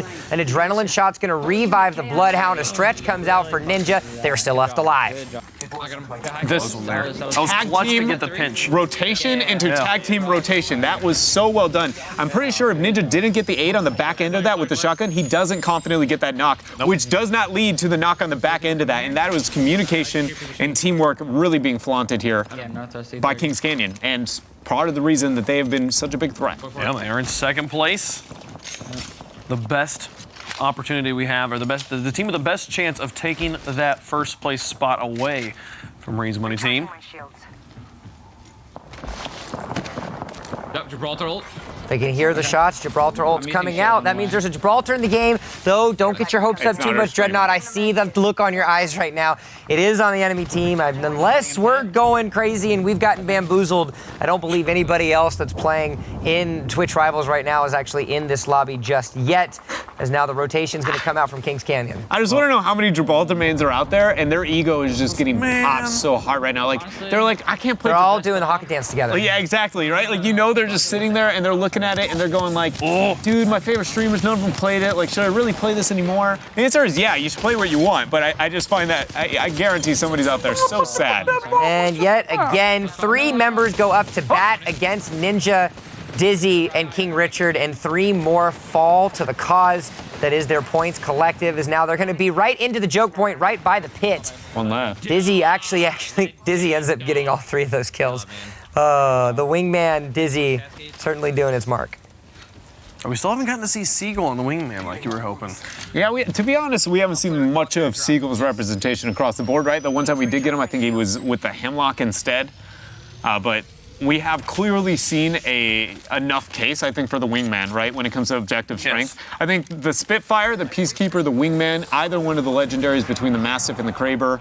And then past that, R301, if you have the capability, seem to be the guns that stand out across the board here at Twitch Rivals. Really interesting decision by Ninja, actually, to swap and actually use that Beast of the Hunt to kind of re-rotate himself around, as well as trying to get some extra knowledge. They are out for blood. This is clearly something that we know all of the teams are kind of thinking about, but the preemptive decision to do that by Ninja means that they're going to hard rotate more towards the center of where the ring is going to end up, which could give them a really easy rotational opportunity. King Richard was able to do just that. He went for the balloon. Ninja is going to be short to follow because with 5 squads left, they need to be able to get as many of these kills in this game before the win to get that score and reduce that lead that Reed's Money team has created. It also helps him be super confident as they move very quickly and very aggressively that there's not people around him. He knows for certain, I would see them with the Beast of the Hunt.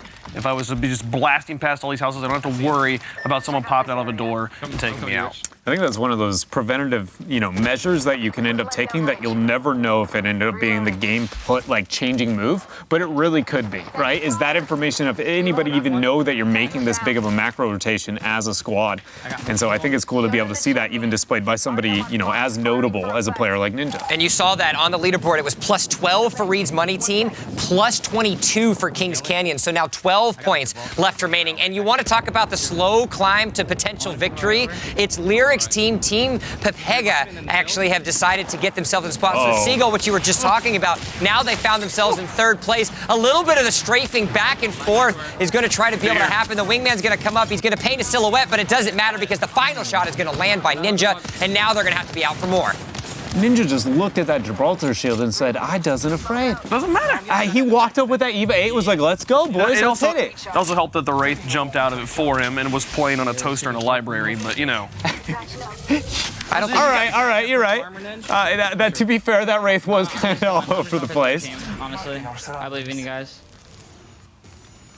A point that you brought up a little bit earlier there, Wavepunk, that I want to bring up again as we saw the Bloodhound and his ping coming out, is that it does say if you see no one.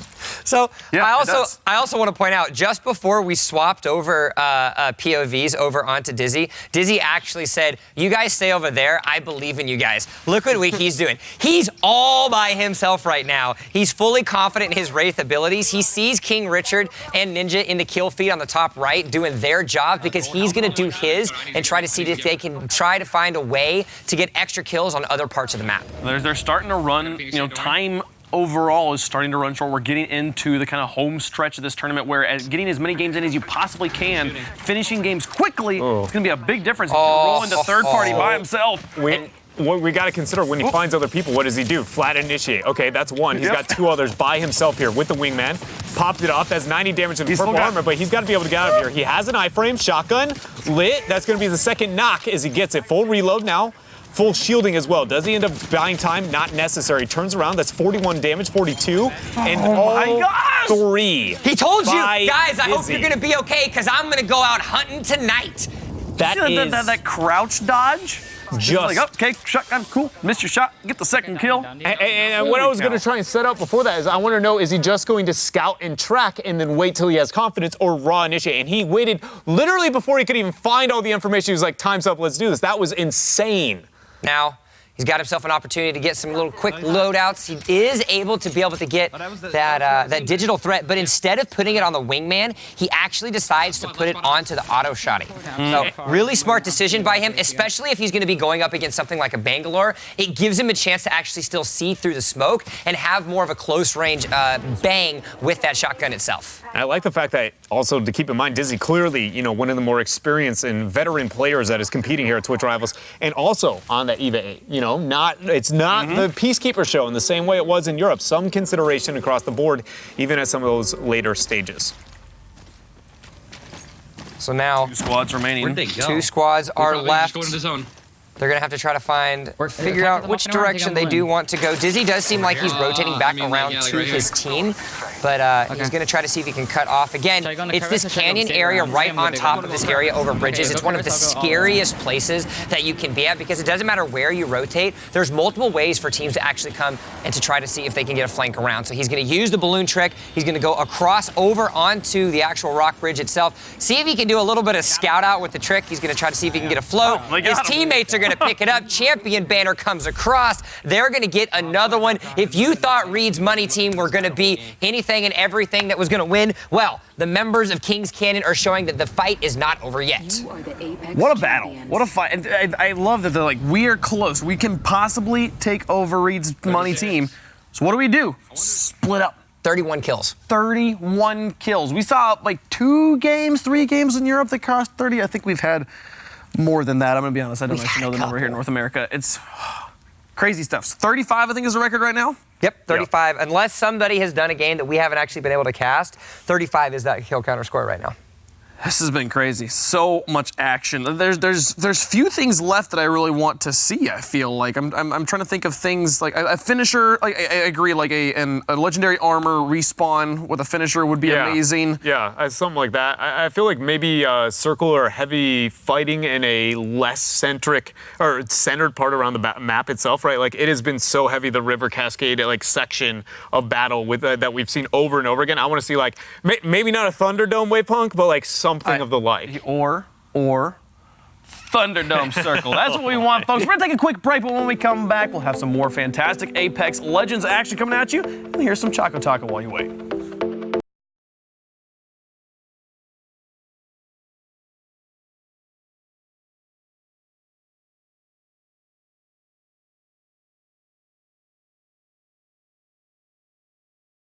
Laser. In there, on the left side. Nice job, dude. Another people in here. Coming. Coming. On me. Can't see. Went through his portal. I shot you, dude. Behind the door. Down. Ooh, on me, inside. Oh my god, if that would have been so stupid. Shit. That was so confusing. I was really completely out of ammo. How many people was that? Like, that was 3 teams, I think. Because there was a team at the bunker, and then I think there was 2 teams inside.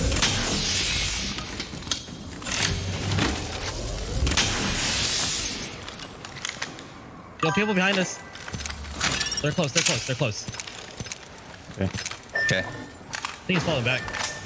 They fell back over here Big north. heavy ammo. 2 on me. I need heals. Same. All I have is syringes, so. Throwing a nade. How did he see me through that, dude? I'm knocked. Yeah, I'm gonna revive you in a second. I'm gonna throw through fire. I'm gonna revive. Go ahead. Come on. Broken armor on that. I'm watching. I don't have any heals. I can give you 1 syringe. Maybe we should run. Yeah, watch out, Nate. I run. They're still there. That broke all my armor. Nice. Are they pushing? I don't know. Just try to run. I'm smoking it. I'm pushing. I broke armor. Oh. This is an aggressive revive. Fuck. Okay, I'm coming. I'm coming back. Let's just back up. Let's go all the way back. I don't have any shield cells or anything. Sucks having to run, but it's better than losing. Anyone have light ammo? Yeah, I can drop some. Here, I'm coming up to you. Okay. Thank you. Just a little bit. I'm gonna grab this armor, I guess, to heal. Yikes. Just keep you know what? I'm just gonna keep the blue. We can't fight. Like nothing.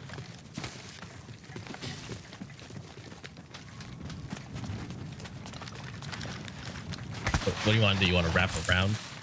Yeah, I need to find something to loot. We need either a third person on the team or loot somewhere. Already been down here though. Play right here. Yep, see him. Zero dumps. Inside. Good. I have a self-revive. I guess I'm gonna try it. One's under with me, right under me. Under the building. Well, vision. Still, I think. Good job, dude. I don't have any. Can't believe we won that. We need this loot. Oh my god. Another team, dude. Jesus. I'm gonna airstrike to try to zone them out. I can't do anything, dude. I have to heal. Same. I'm just. Is that friendly? Yes, it's mine. It's mine. What am I supposed to do here, dude? Look at my health. I don't have any heals. Under the building. Running to me. Hit him off at 12. Under you. Dead. Nice, good job. Thank you. Good Jesus, job. dude. Another team west.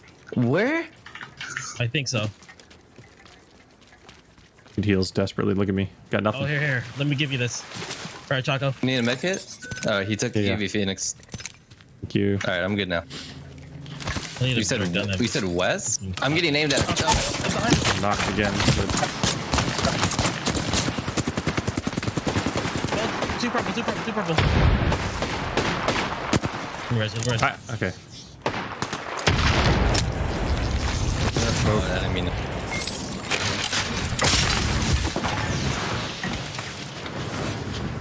I'm healing in the inside. Did me? Ah, dude. Oh, I shouldn't have picked that. One broke the shield. The guy in the trench was one shot. Knocked on the right. Let's push up. Oh my god, are they getting pinched, dude?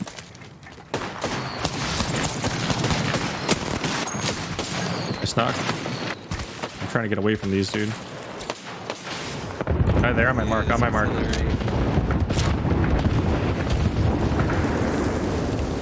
think maybe. I'm healing. On my mark again. There's two teams, dude.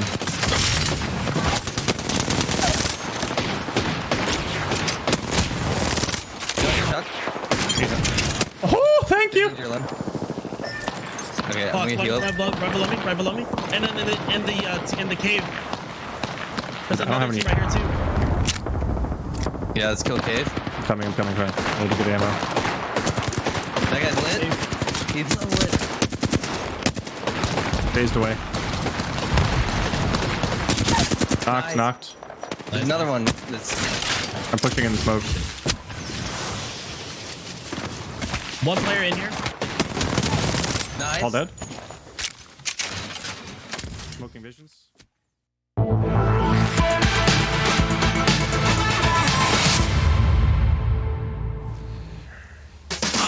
Welcome back. I know you missed. What's up? I missed you at least, okay? It's been some pretty crazy action so far. Right now, Chocotaco's team look firmly in control of their own destiny. They do not look like they're dropping off any moment right now, but Kings Canyon look like they're coming back. They're putting in some work. They're putting in some work, but you know who else is putting in some work? It's Lirik's team. Yeah, Lirik, sure Shorty, and Seagull have definitely been slow climbing. They didn't do really well at the very beginning, but it was just game after game. They're now finding themselves right before the break like we saw in the standings. They're third place, and you know Seagull's got something to do with that. It's them plus DrDisrespect plus the Broys have been like cycling through that third place spot. It's been all up and down there. But Lirik and Shorty guy, we've talked about them quite a bit. But Seagull is a guy who is pretty cool too. Let's take a look at Seagull. I believe you, Seagull. I got him. Another team! Oh, wait. He's just a stream sniper. We're fine. I don't know. He just ran at us with punching, with melee. We're fine. Someone's here. All good. Blue, he wants to help. He's getting his boy right there. Wait, what? His boy right in front of you! Oh, Bye-bye goes down again. Seagull's in another 1v1. Right in front of you! What's happening right now? No, we don't know, dude. Seagull, I can't even Seagull forced to clutch up one more time. He does it again. Amazing. No, the punch! So close. Oh, so much action. Here's Team Papega. Currently ranked third. Try and stay there to see if they can get higher here. The final hour of the Apex Legends Challenge. Let's be real though, if you can hold your own with that much of just pretty much a pistol and 2 shotgun bullets left, that was insane. That's pretty good. I am Prowler. We haven't seen a Prowler in a while. Shorty guy is able to find himself up. That guy Lirik actually is able to spot him out as well. I love it when he's able to use that username. That guy Lirik. That guy Lirik. We were talking earlier about the Arc Stars giving us kind of the Halo vibes. Yeah. Prowler also giving me heavy Halo vibes. Oh, I mean, kind of AR looking HUD. Yeah, it very much looks very similar to a popular weapon within that world. And shooting-wise, it feels kind of bit the same as well. Similar shooty feel, you know. Shooty feel. That's the technical term. And when you hold down the trigger, it feels near the same. The shooty feel. The pew-pew is a little important. This has gone downhill. Yeah, we should. This joke was somebody wrap this up. Minorly funny at first, and then we. Yeah. It's almost just as comical as like wanting to go to the Thunderdome. Or something. Yeah, that or like Wave Punk's game performance. One of the two. You remember that waterfall, dude? Kings Canyon, 4 points away. 4 away from Reed's money team right now. We love you. That's the closest we've seen it yet. We love you, Wavy. It's my first day meeting both of you, and I'm just throwing both of you under the bus whenever I can. I'm so sorry. It's all right. I live under the bus. It's fine. All right, so what do we got here? With the 12 remaining. No, but for real, right now there's a 4-point difference between first and second. That was like 30 points at one point. And right now, they're coming back. Are you actually? I want to actually see if we can get, because I know we've been tracking some statistics from time and again. I want to see like what the last 4 games of Kings Canyon as far as kill counters go, and what the last 4 games of the other team has gone. You know, to like find a way to see like how much momentum are they actually gaining. Because it's clear it's been dense, right? Like I was visually keeping track of just with DrDisrespect and Shroud because we got the beef, we've got the drama going on between them, and I wanted to see what that looked like, and then out of nowhere, Papega was just climbing colossally, and we were worried about the momentum for maybe, the gods that we expect of Battle Royales. Little do we know, Papega. The other teams, they had some 17 kill games. Only I guess 17. But generally, it's been pretty even. Right now, it's just the Chocotaco's team. Yeah, just not been able to keep as quite a lead. It's been a slow and steady grind. It is, but now we actually need to think about the action that we're looking at. Kings Canyon is on your screen. Specifically, we're taking a look at Dizzy. King Richard went down earlier, didn't actually have the banner, because Dizzy doing what Dizzy does best, and he ran out by himself. Now, Ninja is going to have to be forced to get the recover. The beacon, the respawn beacon has been acquired of King Richard's, and now Dizzy is just going to be dinking people with this wingman, as he's able to get himself one knockdown. I just absorbed his entire peacekeeper. Moves up. To get it down. Open the door. No, you open the door. No, you open the door. No. How about you just go down? He's clearly wishing that door wasn't open. Oh, he's not able to open the door. So when you're knocked down, you actually have the opportunity to close the door back. Ninja's going, no, you're not allowed in my house. You're not allowed in my house. And also, when blocks the phase. When you're in Wraith form, you can't open doors. No. So she was just stuck outside. Oh my goodness! Can we give a shout out to Dizzy, specifically that dodge the second that he opened that door, going for the crouch to make sure that it was just that much more difficult to be able to shoot. Beyond the clever plays with the door coming out from Ninja, everything about the squad. The door got kicked open thanks to a nice nade. The second one, does Dizzy clutch it? 1, team left against him here. He's like, bro, what are you doing? I just want to revive my teammate, man. Can you stop trying to do this? Lots of damage is going to go out. Thankfully, though, because he broke the shields, that means it's going to be an opportunity for him to get the full revive up. He's able to do just that, and right back to the fight, the Wraith goes. And now it's going to be the 2 versus 1. We'll see if Ninja gets the full shield off. He at least gets the shielding. Going for the med kit now. Does it tick? Couple seconds out. This is a whole new squad, too, mind you. Yeah. He's trying to get the heal off. The pressure, Dizzy moves up, gets a couple of shots. Ninja will, in fact, be able to get the heal in 2 seconds. Shielding not available for Dizzy. He's going to go and warp out. When he comes back, will he hold his own here?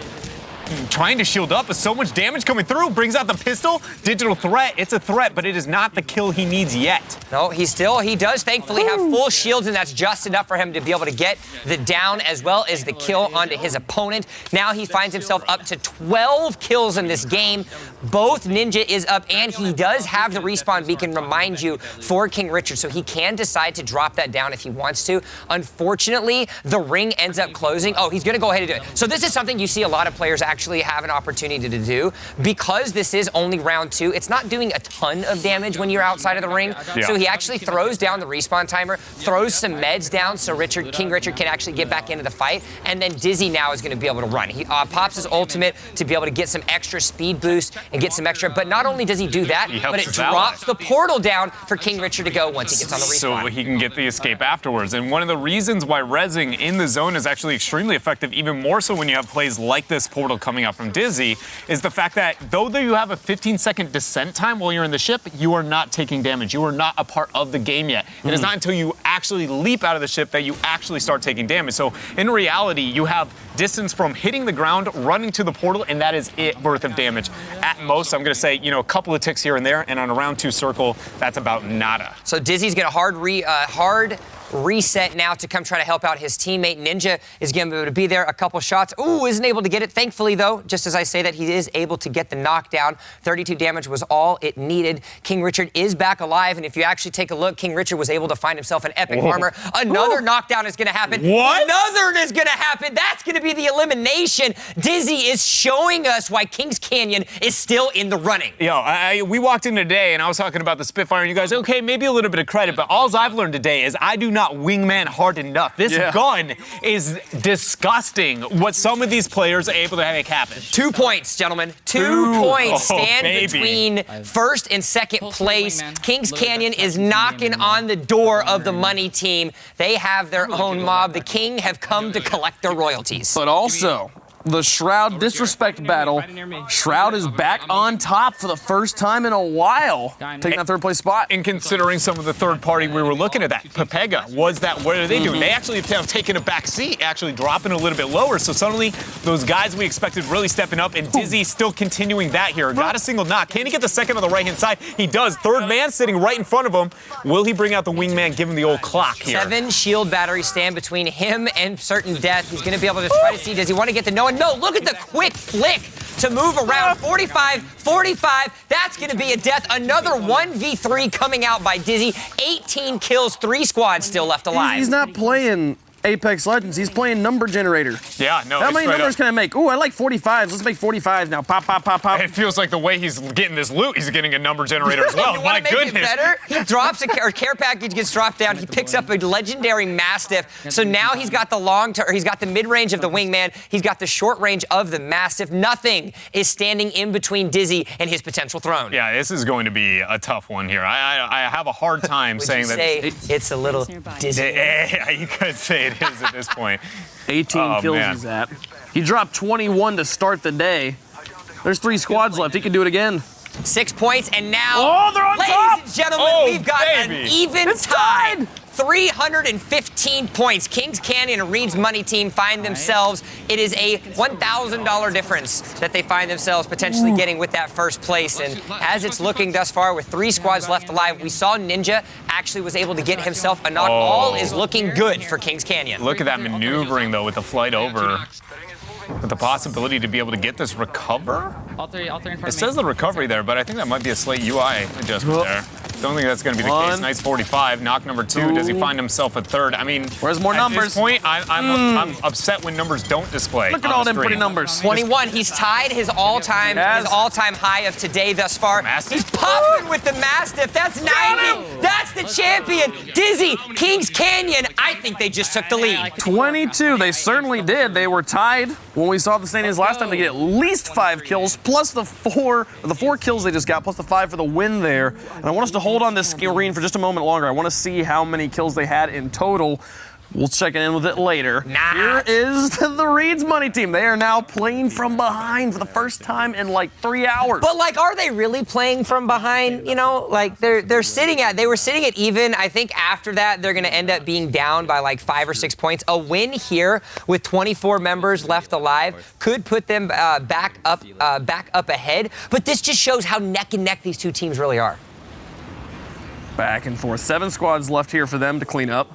I have a weird feeling that, like, Huskers has been really, you know, maybe not hitting Super Saiyan status, right? What if this is the world where now that he's hit the rank 2, he's going to look at the charts, be like, all right, time to step up, you know, put pedal to the metal He's here. like, how many kills does he get? Yeah.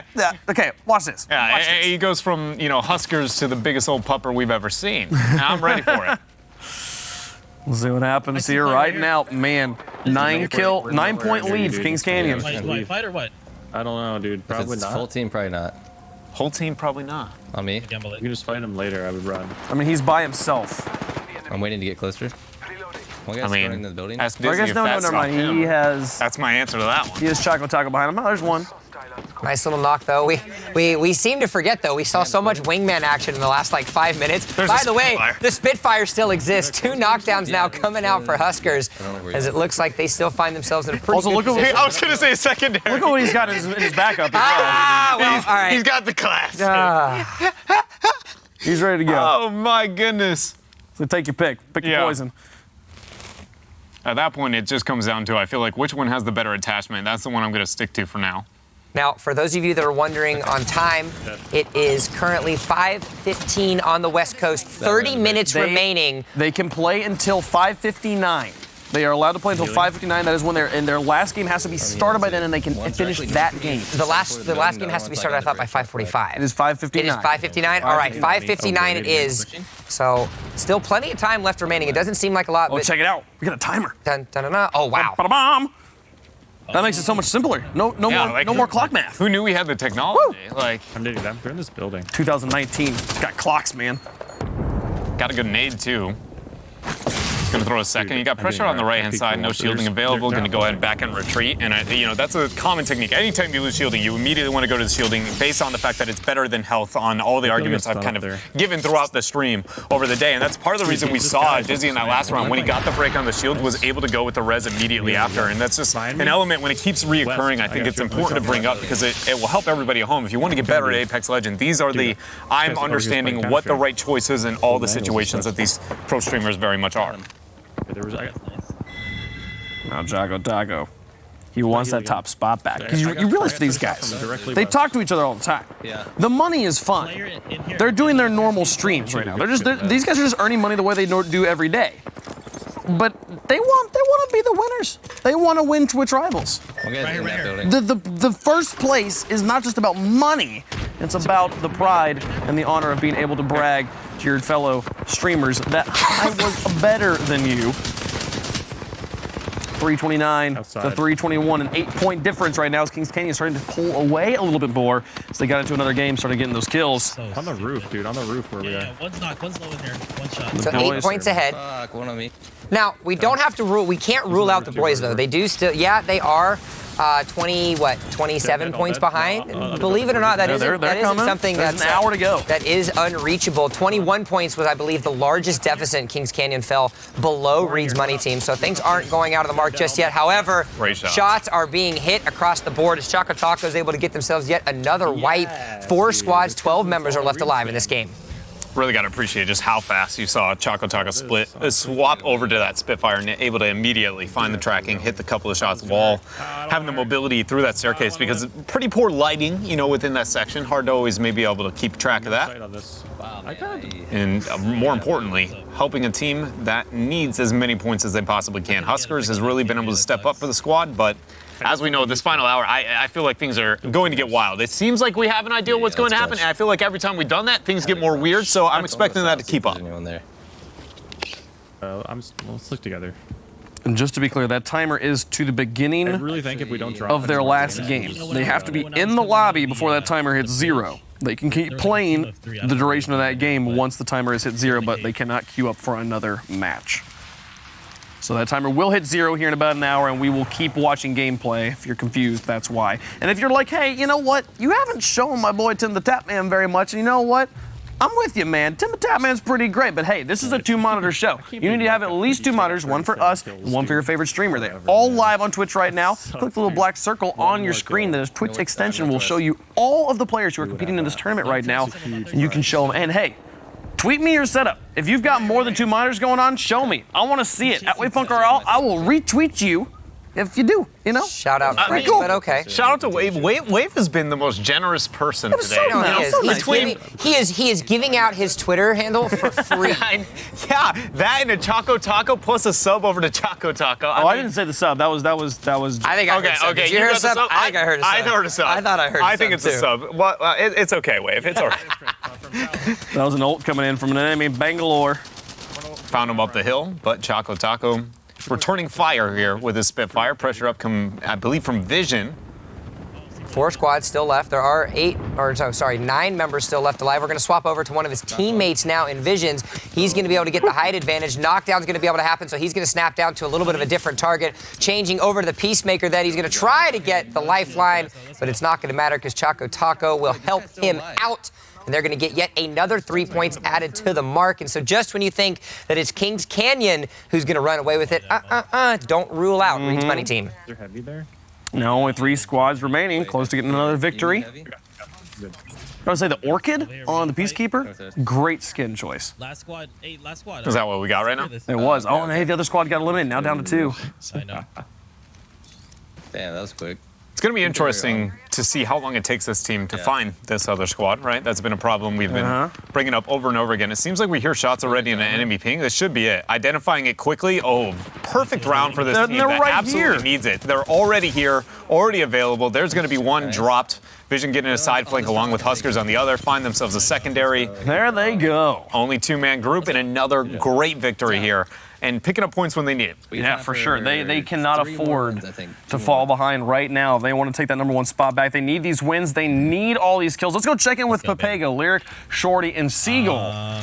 They're also in the running for top 3. Yeah, too risky. Need to find a way to pull it off. It's always like In 4th place, so they're still doing well.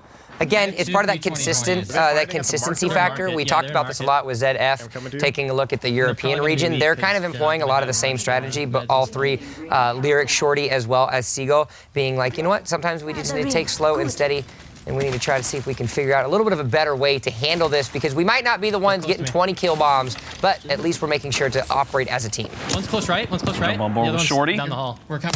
Right next to you.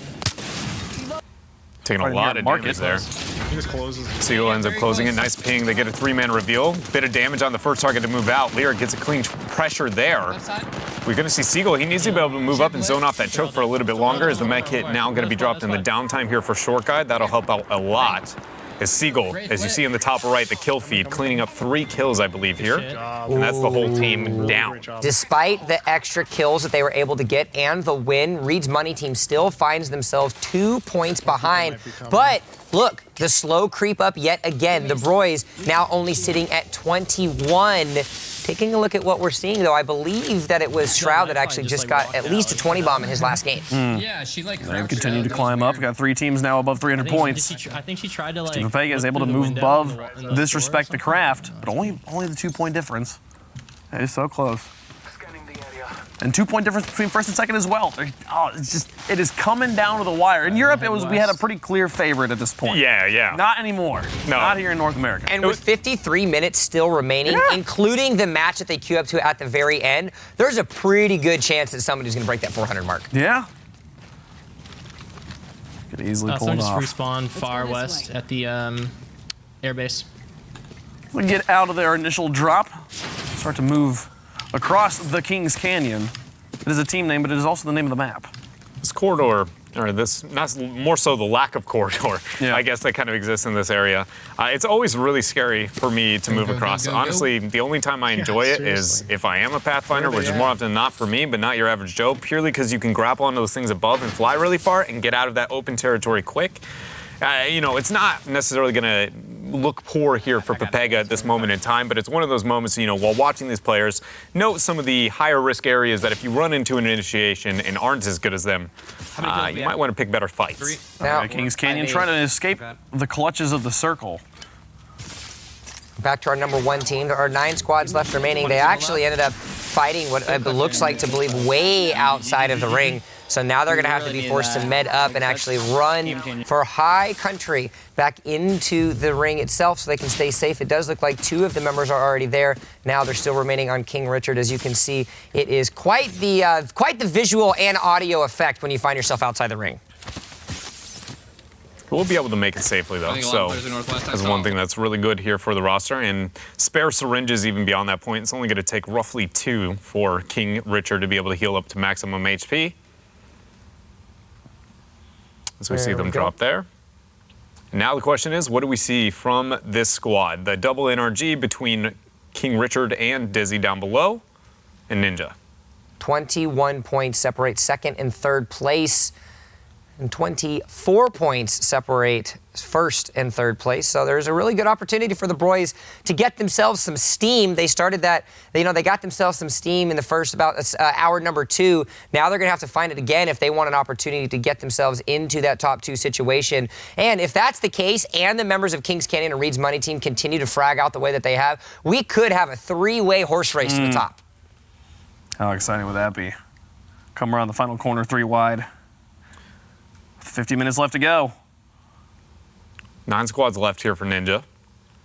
Well, looks like Kings Canyon definitely also opting for the feed your bloodhound, the ultimate accelerants. One thing that, you know, I'd have to go back and watch Ninja's perspective to keep track of, but, you know, since you brought up the idea of we haven't seen much past the Peacekeeper, I've been looking at how often do we get the EVA 8. Ninja specifically seems more often than not with an EVA 8 over a Peacekeeper. He seems like to like the auto shotty. I don't know if that's, you know, something from Fortnite or a different game that's kind of translating over to playstyle, or if he actually just thinks it's objectively better. I think it is the best of the quote-unquote normal shotgun. Yeah. Peacekeeper is a strange gun, even though it is super strong, and it might just be a simple comfort thing. Yeah. It'd be interesting to see. Or if what if it's, you know, just inconvenience? What if every time he's literally just only found an even 8 and that's what he's going through here? Now, though, we're finding ourselves back onto Dizzy as he's going to be able to use what he has done all too well. He literally walked through that guy. Super far, super far.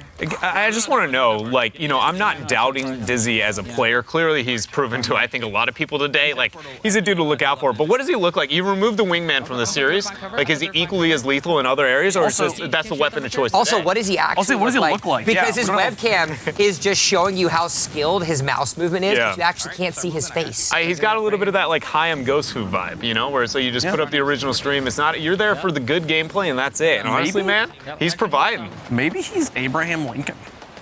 What? You can't prove me wrong. You could have picked any. You can't prove me It's wrong. because he's tall, and we're tall. Is he? I don't know. Is Dizzy tall? Abraham Lincoln is. Maybe he sure is. Just saying, have you seen Abraham Lincoln and Dizzy in a room together? Nope. One's hurt, one's hurt. I'm telling you, math checks out. Honestly, he continues to click on heads. I think the only Abe link we can get into this is if somehow he lands on 16 kills. So that's the best thing we can aim for here, boys. We'll see what happens. Let's hope, come on. Dizzy, so our Abe Link reference actually holds true. I believe in you, man. Look, there's one, only 2 more and you're good. Another sliding elimination coming out from one of the players today. It doesn't matter if you're going up, it doesn't matter if you're going down. You can be hanging upside down and these guys are gonna be hitting their headshots. So good things are happening for them. Less than 50 minutes left remaining now, ladies and gentlemen, that's watching at home.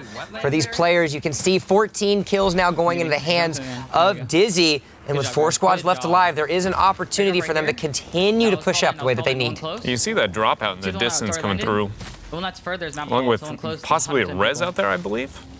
They have the ability to be able to get the pressure if they would like to do so, instead finding somebody off to the right. Wingman not connecting as much as Dizzy has in the past. I'm not gonna lie, that's one of those moments you go, Dizzy, what's wrong with you? Like, you didn't hit every single shot. It works out every for him, single but it's one. just like, did something happen? You know, because it has been, I mean, awe-inspiring how much we have seen the accuracy from Dizzy and that wingman. He's one away from your beloved 16. The player that has scored the most and the second most single kills in a game today. And recently sponsored and picked up as well, right? Yep, he was picked up by Energy. They announced it, I believe, yesterday. So a really good situation for him immediately to, you know, kind of show his value and show his merit, not only as a player, but as a streamer that gets on the Energy brand along with King Richard, as now they find themselves in yet another fight. And yet again, him and his teammate from Energy, King Richard, proving their value, proving their worth as more eliminations occur. Now only 2 squads left remain. Yeah, I just wanted to add, you know, I don't know Dizzy's background whatsoever, but if, you know, this is the first time getting picked up, you know, been looking for that a long time, it has got to feel great to be able to provide for a sponsor in that moment, going, I've been trying to prove myself my whole life, and the moment you get that validation, being like, look at how good I am, and providing that for the roster, I think, is a feeling that feels absolutely great whenever you can. You know NRG's got to love it. Yeah, Like, yeah. oh, fantastic. Our boy's doing fantastic here. King Richard's doing well as well. No, we have 32 And minutes. I'm moving with a portal, so it's an opportunity to get a retreat. It's a little bit outside of the zone, but not going to be a threat for about 2 more minutes. 2 squads left. I'm pretty sure Dizzy's doing the Dizzy move of, well, you guys do what you want to do. I'm going to go find this person, cover 2 sides of the map at once. Tell me to not just interrupt that. I did. But right now, they're still following him. That's the worst. 0.1 second. Ever. You guys want to play the game of guess where that squad is? And yet again, we find ourselves in everyone's favorite minigame of Apex Legends. It was added, you know, at the beginning of launch, and it seems like all of these top-level players and streamers are getting an opportunity to play that minigame to its fullest, with the reward being nothing more than frustration. It should be noted, the only reason it seems like it happens a lot, because it really doesn't when you play your own, right? It's only because we're watching players who are so skilled, and they're literally trying to hunt kills as fast as they can, that we hit this kind of like, that other group might be just literally not crossing paths. It's like there's this perimeter around the players, and if you step into the perimeter, you die. Yeah. And there's just plenty of players just throughout the lobby are just running into it. But then when it gets down to just one person, they have to actually go and try and get that perimeter over him. And like, where did he go? It's kind of like, you know, really it feels like they're, you know, a bunch of moths following the light, you know, and they touch it, they get zapped, they all fall to the ground. And the question is, have they brought the light close enough to the insects to get their attention? The insects. That's the rest of us. He might be hiding. Do you think it's actually just one player this time? I don't. We've never seen it be just one whenever they think it is. It's I always think, 2 or 3. Yeah, I think it's just a situation where you just have a team that's playing normal, aka playing it slow. Imagine being in this lobby, being like, ooh, I'm the last man alive. Cool. I'm hiding in this house. And then you look out the window and you look at the banners. You see, oh, the champions, King Richard, Dizzy, and Ninja. Fear. No, I straight up go, where is the circle? What is the most effective camping strategy? And how can we hopefully find, you know, a lose-lose scenario for them so we can at least get ourselves a knock and maybe feel good about ourselves at the end of the day? So the mighty Lord Zeno just donated $20 saying, go sub to Dizzy, he deserves it. And you know what? I have to agree. I agree, man. The guy's amazing here today. They might be here. They're here. They're only 21 points seem to be the deficit for the Broys and Team's Money Team for second place. That's now been dropped by 1 to 20. And you want to talk about running away with it now. Kings Canyon turned that 2-point advantage to a 12-point advantage from first over to second place. So really good job by them to just continue to push themselves up. Now you can see the pushes coming out. They're going to try to see if they can find them. A couple pings are coming. So it's going to be the ultimate that's popped there by Dizzy to see where are the teammates, and more importantly, where are those last squad enemies. Will help in case they get in a bad initiation, I believe. Maybe a shot taken there? I don't know what that was on the minimap for a moment, but either way, they got the drop. We'll see if we get a Mastiff or a Kraber. I believe that was Supercharger for their Devotion. I don't know, I didn't get to catch it there, but... I believe that was a turbocharger hop up. Yeah. It was very, very fast. Yeah, I hear him walking. He's on me. Found him. Pressure on Ninja. Surprise! It was just one dude. You're right. For once it was. Today it was just one dude. Only took us about 7 hours, but we found it. Woo, got it. 7th try. Good shit. Sam, but seriously, man, I'm proud of the spot, man. Everyone's pulling their weight.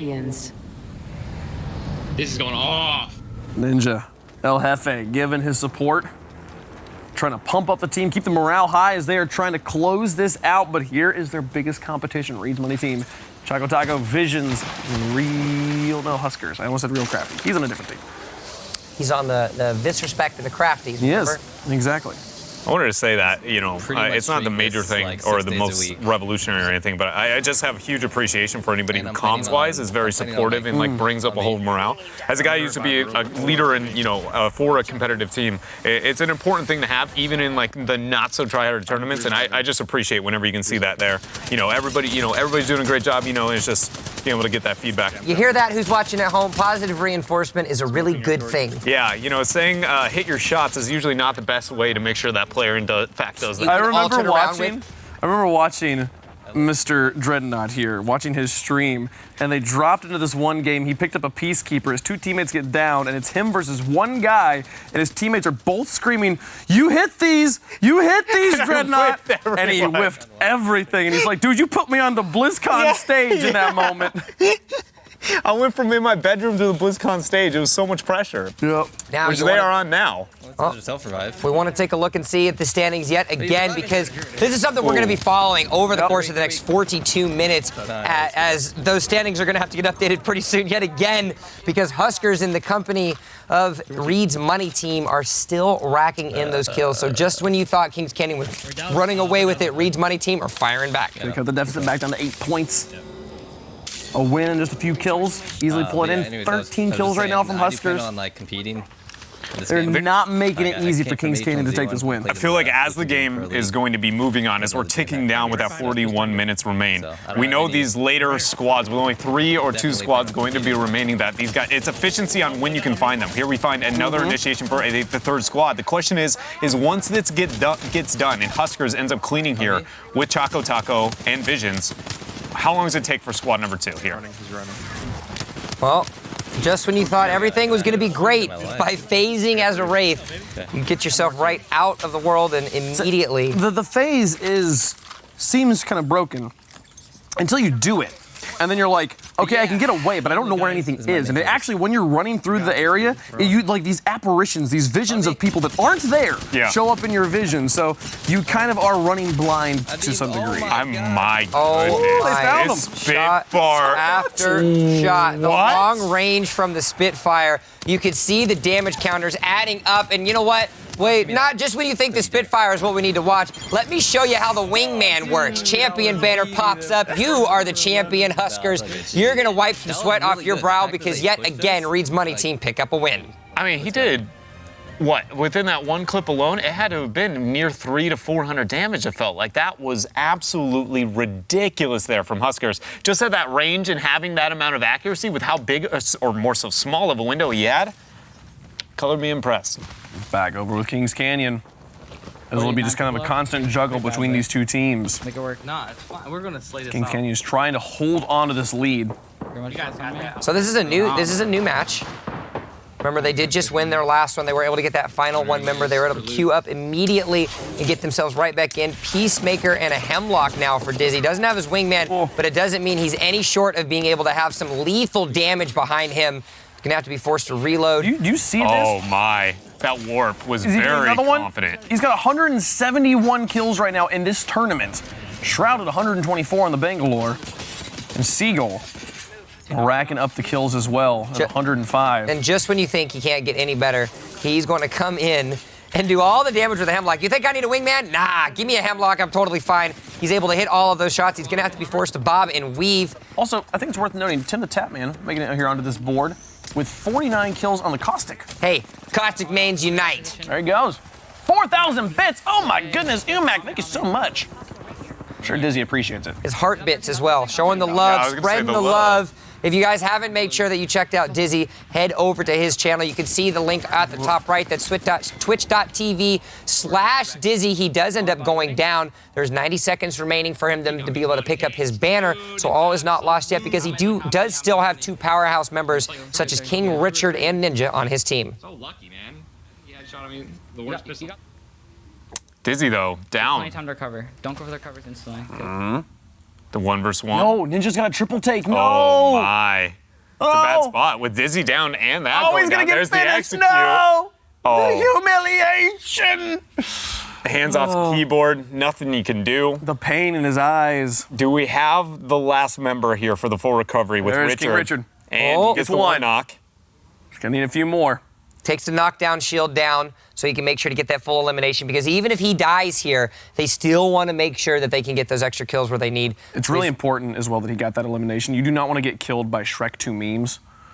Yeah, that's a good point. Like Shrek memes, fine, but Shrek 2 memes, that's them. Come on. Swapping over the pistol after the Peacemaker not connecting the way he wants. The reload there. Oh my! I got you. You hit one, you pull a 180, you hit two. It looks like it's gonna be. Is that everybody? He's lurking around like it seems like there's another. He's gonna find it. The bodies after bodies inside that building is able to get it. He still needs to recover Ninjas. Ninjas is right outside. He picks up the banner. You can see it on his screen, and 160 meters away is a respawn, and with all the dead bodies there, it looks like his team's going to be able to rotate appropriately. They're still alive, boys. They'll probably come back and loot all of that after they get the respawn off, but here's the thing. We talked earlier about time being money. Time is running short right now, and taking this valuable moments to go respawn your team, get back, do what you did when you dropped, and just get initial loot is kind of rough, and it is a tie game again as Reed's money team comes back. We've got a barn burner on our hands. 367 points with Kings Canyon and Reed's money team on that tie. It's going to be exciting here. At this point, it is anyone's race. As the res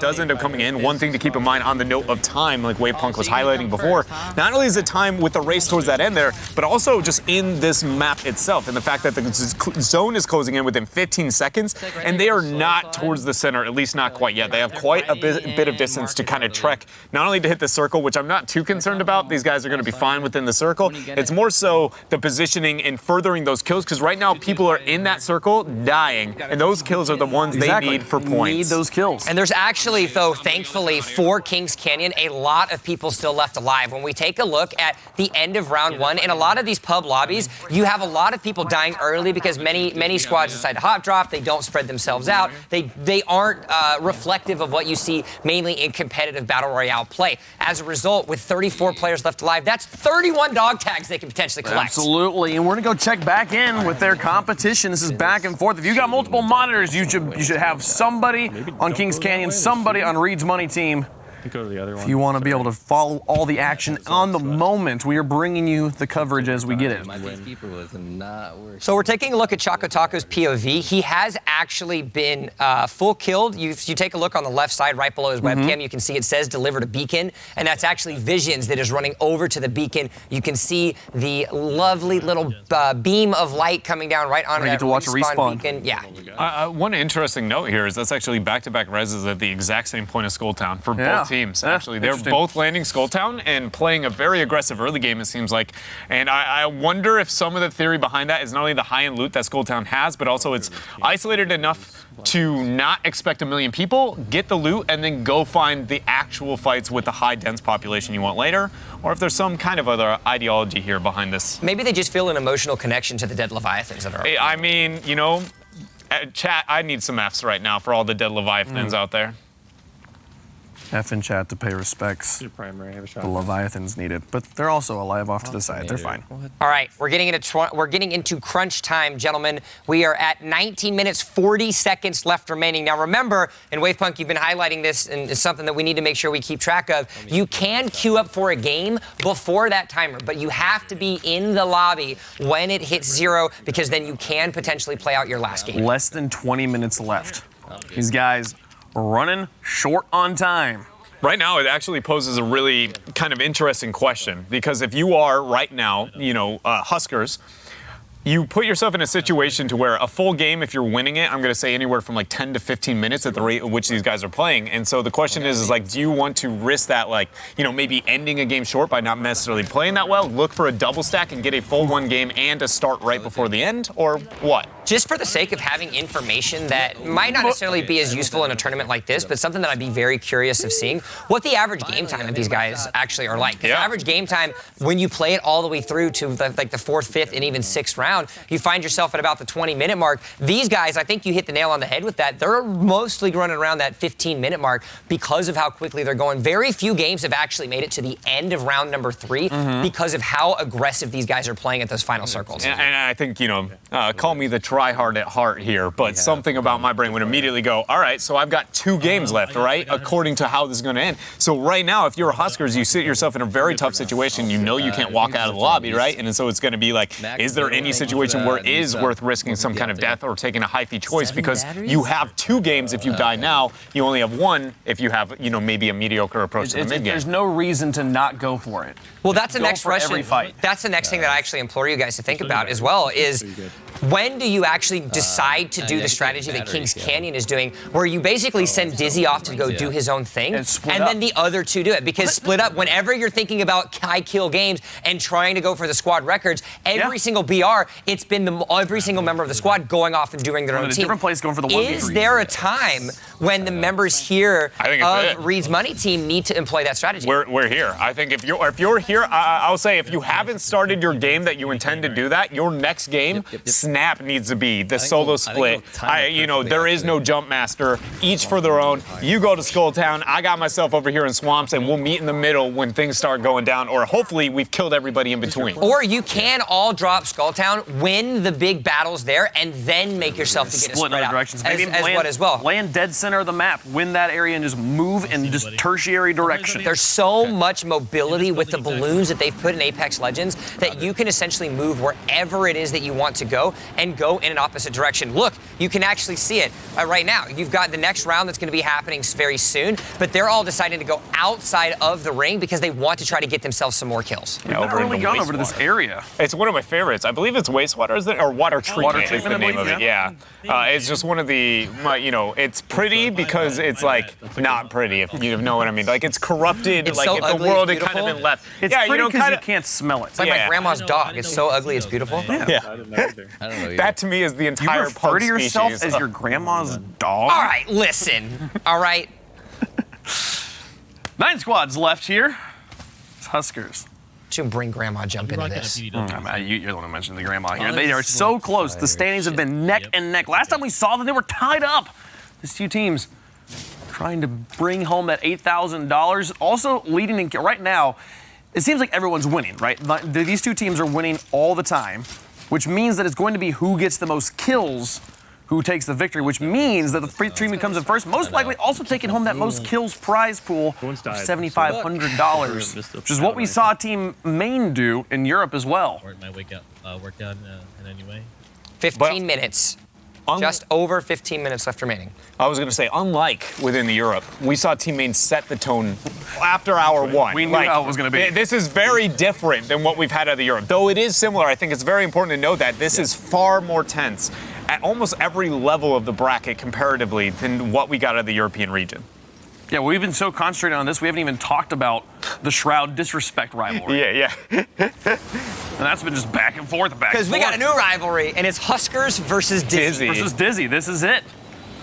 Which Wraith player can pull off the most kills? Right now it's been Dizzy, but Husker is also giving him a run for his money. Damn, Choco too. Dude, Choco has got the hang of it now. Dude. Yeah. Best Wraiths in A. We're watching him, boys. Or Northwest. It's not North. If you like playing Wraith, these are your boys. I wonder if it's in the cave. Huskers. And remember, both of these guys are streaming right now. You can see at the bottom of each of their windows what their Twitch ats are. So if you guys want to, learn some extra tips about Apex Legends, or more importantly, you just want to learn how to be a better Wraith player, both of these guys are certainly capable of doing so. On me. I knew it. We got some pressure. Got in.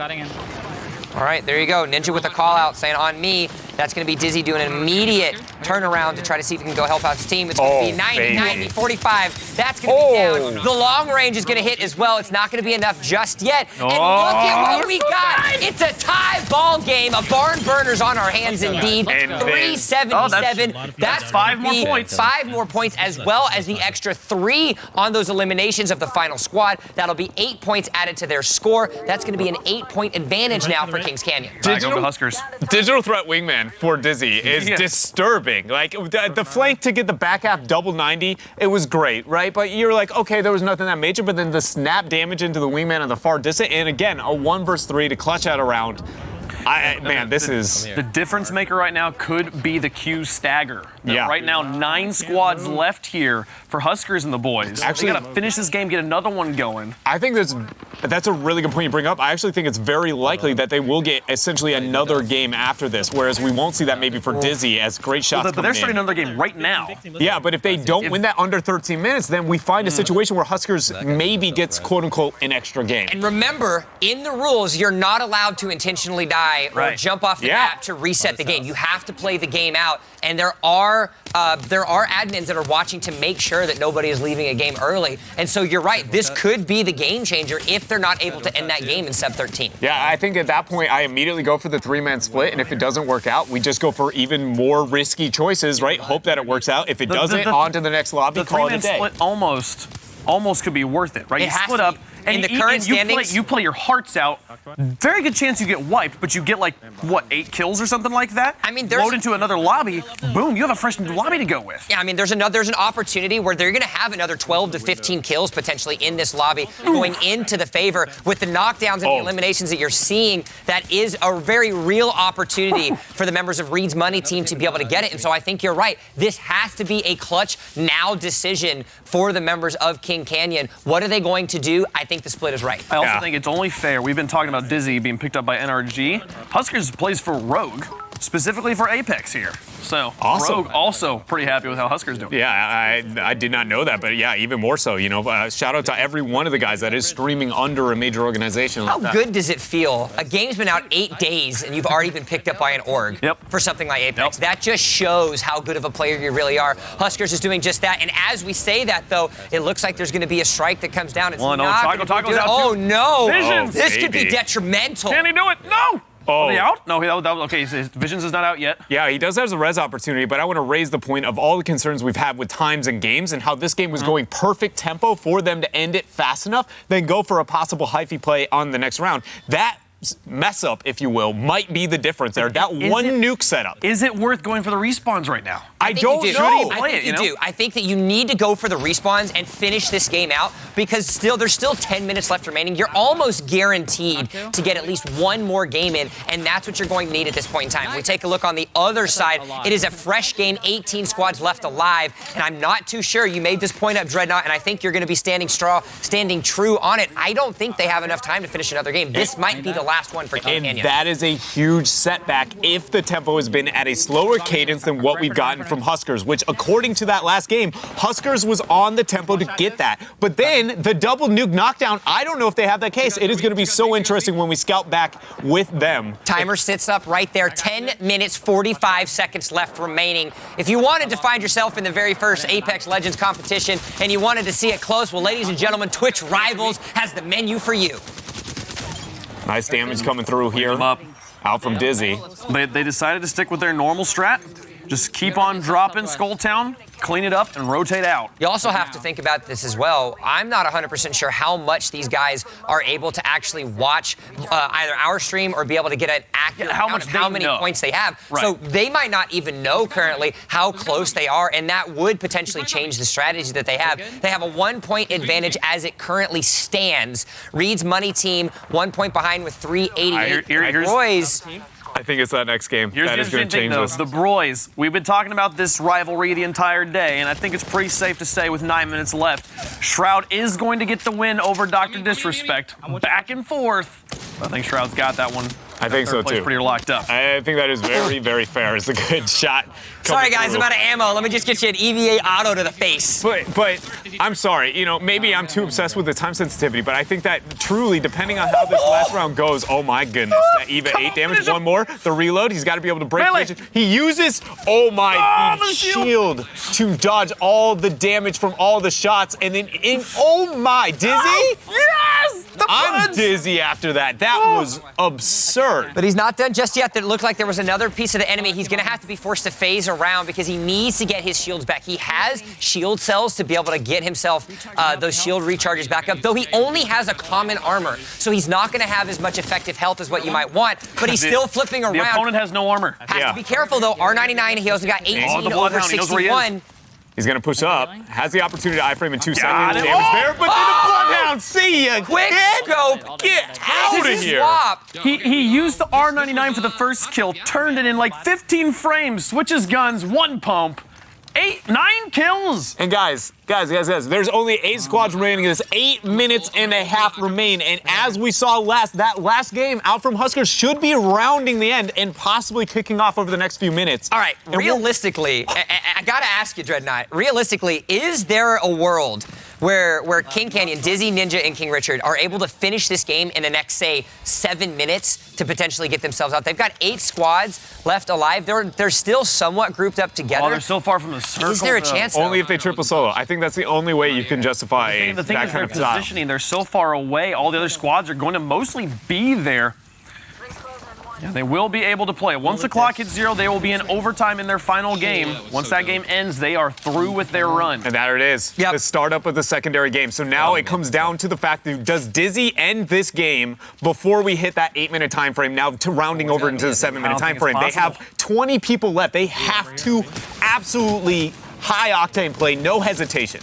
We've been making the kind of cliche statement of, every kill is going to matter because every point is going to mean something. But it's now is truly where that comes to the test. Like, you not have to only, not only do you need to make sure that you get every single one of your kill, but you need to also make sure that by no fluke of a chance are you looking. Hey, but it happened. It did, but think about the game. The fact if that came after the last game and King Canyon and Reeds are both in their very last game, then we sit in a situation where technically Reeds should be able to tie it up, right? But if the case is to where Canyon is not able to get that next game and then we see Reeds take them right now, that's game. Reeds takes it. A 30 bomb needs to come out from Reed's money team right now. I think a 30 bomb. I'd love to find out the actual numbers of how many is left in one or the other for like the nitty gritty statistics. The statistician in me is kind of like really wanting to know those numbers. But hey, all the while you have to frag out. Kings Canyon, 400 points. We were 1 point away in Europe. Both teams are going to break it. It's safe to say 2 teams are going to break that 400 mark. Absolutely incredible play.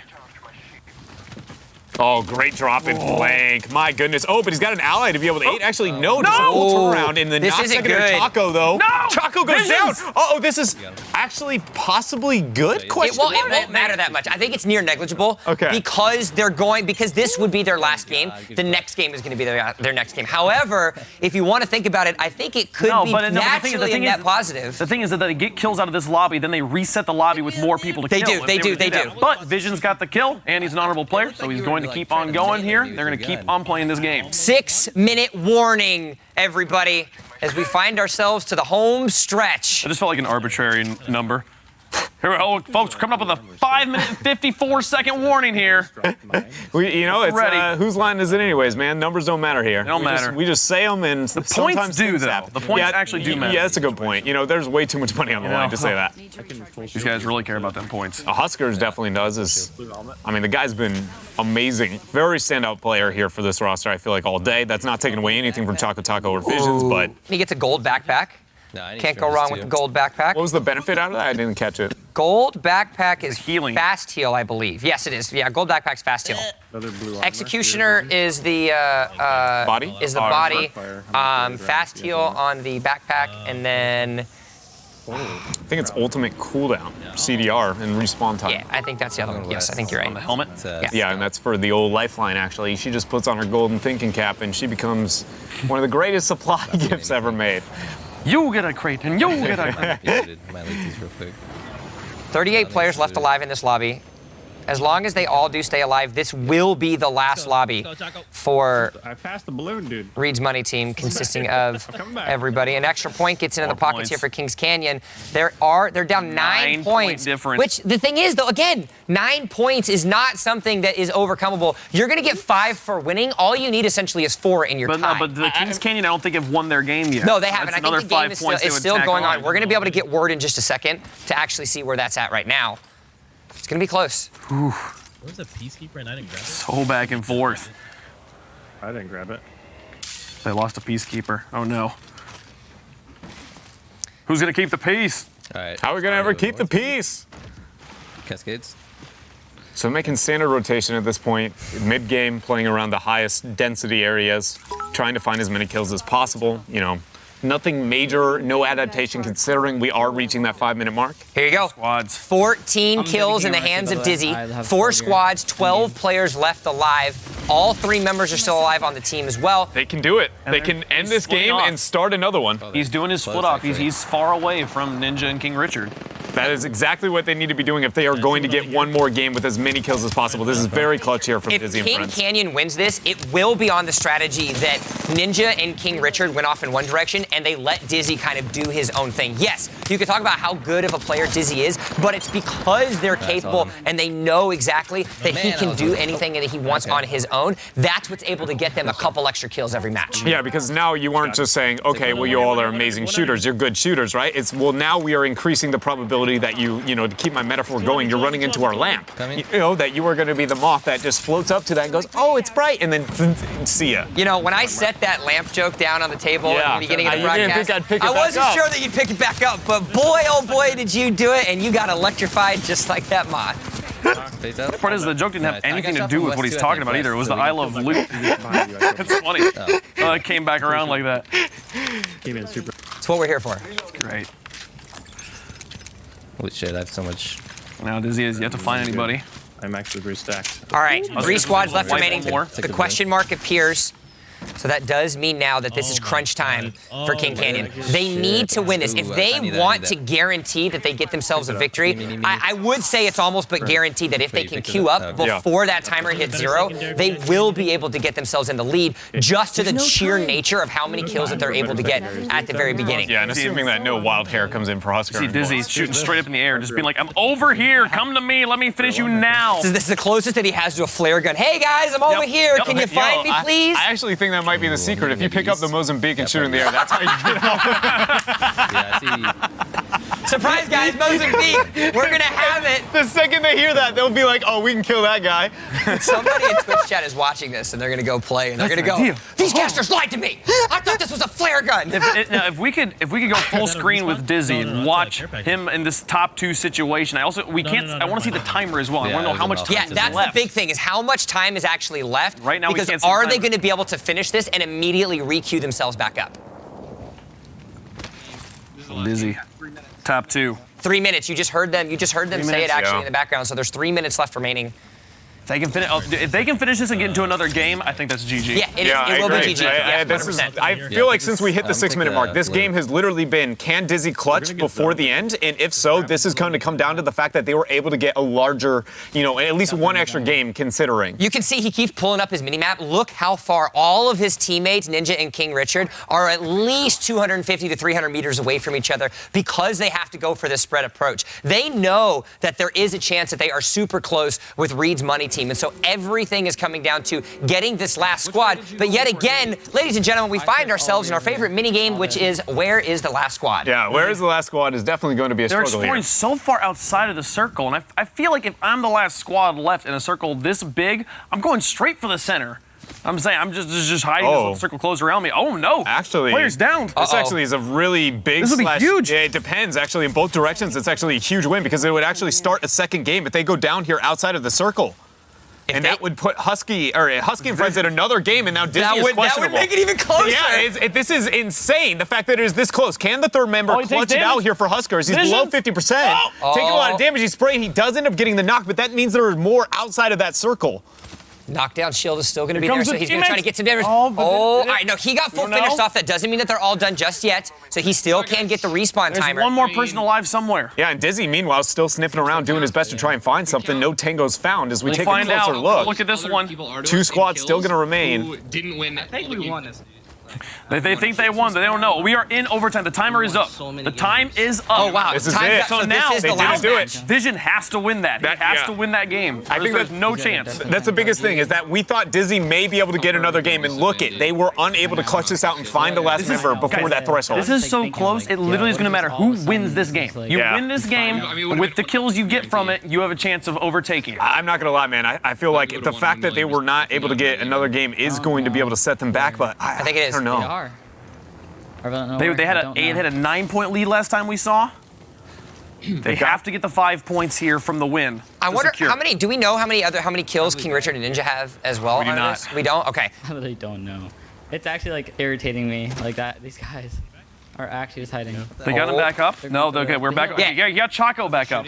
Yeah, so Choco's back up. Choco, as well as Visions, are alive. Huge. Huskers isn't there Huskers just yet. isn't. No, Huskers has been the carry. But it's very important to highlight the fact that getting down in this situation outward, we thought they may actually lose this round. Huskers out of kind of an outlier match fast enough to get the restart. This grim circumstance, this is the end for them. We thought they may be able to clutch it out and double down on this, but right now... They have to win. They have to. Not only that, but they need to make sure that they clear out the rest of this lobby. There's 11 potential enemies that are left alive. All of them need to be going into their favor because of how we were able to see a solid effort from Dizzy on that last circle change. That means that they're going to be able to gain that lead. Because remember, the last time we checked the standings, they were +9. So that means a 9 deficit, including the win, which you know are going to be traded off if both of these teams get it. It's going to come down to the wire. And that, for me, I feel like, Dizzy really put the ball in Huskers' squad's court. Straight up with the splitting and the isolating to increase the probability of finding those kills, or at least discovering the information of where they are, has set them apart here. And I feel like it's honestly the only reason it feels like they were able to eke at the top of the standings. And by no means is it over yet, but the fact that it is this close and this tense, and they are able to set themselves apart is so amazing. The fact that we're in overtime means Dizzy can just play it. Right now we're at 7-point game. Oh, Dizzy. Okay, they don't have to worry about how fast they find the team though. That's been a problem all day. At this point, just find them and kill them. You'll win. So if 7 point, assuming that it's 3 and they get the win, that's going to be 8. That'll put Kings Canyon up to 420. And now, you take a look over to Huskers, though. There are, I believe, 11 or 12 left alive. 12. There's going to be 12 left alive in that lobby. If they get all of those, that's going to end up being +4. I don't think that's enough to be able to catch up to Kings Canyon. I don't think so either. If you're thinking about max outputs on that sense, I don't think they actually have enough. Yeah, I think a lot of it comes down to, how live is that status that we saw? Is that exactly the amount of kills we have in the game itself, right? There's a couple of variables that can come in that I'm willing to go, I'm not going to draw the line concretely here, but I will say that I think that, again, based off the play we got from Dizzy, they put all of it onto Huskers and friends to really show up here, and they did early on, but it does feel like it's just slipping through. Yeah, neither team has gotten kills in a while, but those stats are true live right now. Oh, wow. But oh my goodness, can they find them? They can't even, Dizzy has been searching and searching for this one team. And meanwhile, on the other side, teams have been dropping like flies. There's 4 teams left, only 12 kills. Well, 3 of which are Huskers in the game. So 9 kills left. They can get all those plus the win. That's 9. They found a full team. See if they can do it. They have to. Yeah, they have to frag out every single member here. They can't take a look at the kill feed and actually see that anybody else has fallen to another squad, because every single point is going to matter right now. I think Vision just opened with a double knock, or at least an immediate kill, as we see the pressure up into the choke once more. That's another knock there. The Gibraltar shield. They're going to pressure around to the back end, spraying there with the R301. Feels like it's inevitable there. Able to get outside of the nuke here. Even with these 3 kills, though, the question is it fast enough to be able to move on to the next group even after that point? As the third party kind of dancing around here. Dizzy in a skirmish on the other side. Yeah, meanwhile, on the other side, Dizzy was able to get himself a lot of damage. It was 131 damage on the other side. He's going to be able to get a knock. Oh, he's not going to be able to do it. He's going to swap over to his wingman. He's going to do it. That's going to be a stab to the face. Champion banner gets thrown out. That's another 8 points onto their mark. So now it comes down to Huskers, Chocotaco, and Visions to secure every single last remaining member in this lobby if they stand a chance. There's only 3 squads left. I mean, 6 total kills. I can't do the math in my head. They have to get all 6 of these kills. They have to get the 11 points. And we're just saying it best case scenario in this situation. Best case scenario, to give themselves the best chance. Holy crap! And somebody got down. So the 2 squads are fighting, so they're gonna have the third party. Every single down that they get, at this point, you'd almost wait for one of the enemy to pick up the other one. Respawn, please. No, not even respawn. Get him from a knockdown to be able to lift him up and then get it. It looks like they're gonna be in the final fight. This is the home stretch, everybody. Twitch Rivals for 4 hours. We've been grinding. Both Reed's Money team as well as King Canyon have shown us that fragging is at the forefront of their minds. Choco gets down. He's only got a common on that knockdown shield. He's going to go down. It's up to his team. His team is moving up here. No shielding on Vision as he moves up, sprays right into him there with that R99. We got another amount of pressure onto the ally there, but good flank too. The last one is going to stand here of this team. Another down. He has the opportunity to move up. Look for the res. Looks like that's going to be the case here, knowing that, again, there is that at least 2 members knocked over on the other side. Pop an ult. Good to go for the Choco res. It seems like it might be a bit late for that. I think King. it's too late. You've got three squads left. You don't get any points for all three of your players being alive. Yeah. You just gotta. It doesn't matter who gets the kills. They find the last one. There's the eliminations. 2 squads left remaining. 12 kills for Visions. Oh, he's got to get all 3 here. Yeah, I'm gonna. Huskers and Visions. They have to come to you. Yeah. 30 seconds. They're actually going to play circle knowing they have the advantage if they're through this choke. It seems like they're pretty confident they actually are to the southern angle here. And it's great to see the strategy that they're going for as well. Completely opposite of what King Canyon went, where they kind of sent Dizzy off to do his own thing. Ninja and King Richard kind of went hunting as a duo. They are understanding. Choco was like, don't push up. They have to come to you. So let's take a break, recollect yourself, and put yourself in a better position to try to make sure that you get this win. I think that is one of the beauties of taking away from the North American segment is that we have had very different playstyles. It feels like right here with Reed, we have had be a team, be a unit, and work together, and we're going to rise to the top. And whereas it feels like, you know, what we've gotten from the other squad is the fact that they have just been more, we're mechanically, individually better than a majority of the people here, and we're going to try and capitalize best here based on our circumstances. They were getting shot at from the supply ship, and they've decided to leave. Choco's like, I need some motherfuckers. Yeah, I think it's mainly because the circle advantage, right? And again, they don't. Again, time no longer matters now. It is literally they just have to win and get these kills against the only squad that remains. The squad cannot be eliminated by anybody else. There's nobody else in this lobby. It's just can they frag and get the win. I'm at 12. There's going to be a supply drop that they have the opportunity to move into. The only reason I bring that up is because normally we want to see players maybe prioritize something like that, but because time no longer matters, I think you're going to notice our players also probably less up in their face. Yeah, you know, some level of confidence when aiming down sight, but overall they can very much take a breath. So, respawning actually coming up for Chocotaco. So, despite the thought process that me and you had here, Dreadnought, they're actually going to choose to revive him. And now, all the meanwhile, you're going to see a nice little tactical scan. Is going to come out here by Visions to see if they can find the last one. They have a rough idea of where they are, but they don't have an entire knowledge.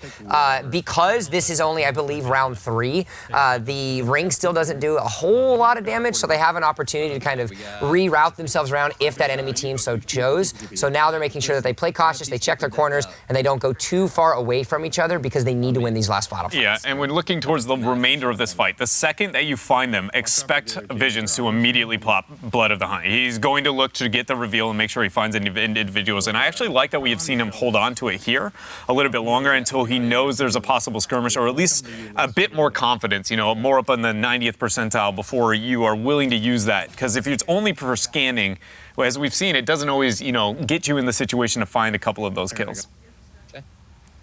Visions feels pretty confident though around this corner. Being very cautious here. Again, making sure that they don't go anywhere too crazy. The other issue as well is because they're finding themselves at the end of the game where they are, there's so much verticality, there's so much, there's so many places that the enemy can be that they're going to have to be careful, make sure they check all of their corners. Great job actually by Visions to decide to find himself at a high spot. You gotta make sure, oh, there's a roof, oh, there's a roof, oh, there's a climb. There, he's able to get it. I'm just gonna stay up here, dude. And it's also really beneficial because if somehow they're below the canal, right, they have to move through him. The only way up to him is one zip line outside of any other creative, you know, plays using the character kits themselves. Okay. Come here, I don't like it. I don't like it. Come to me, Choco. There's no reason for that. We can just sit here together. I like that. You see them always reeling it in, right? They're getting impatient. It's so common as a Battle Royale player to have impatience at moments like this. Honestly, I don't think Battle Royale is the only one, but it shows the most within a Battle Royale how eager you can become. My heart's beating. Yeah. Like I'm in top 2 with them. There's so much on the line here. I was about to say, congratulations. I'm glad to know that you're alive. Yeah, so, dude, it feels so good. Feel the oxygen. Circle closing. This is a huge moment. Blood of the Hunt's going to be very, very soon here. With the pressure that's going to bring up the other team to come in, there's the vision. Oh, here we go, boys! Beast of the Hunt is here.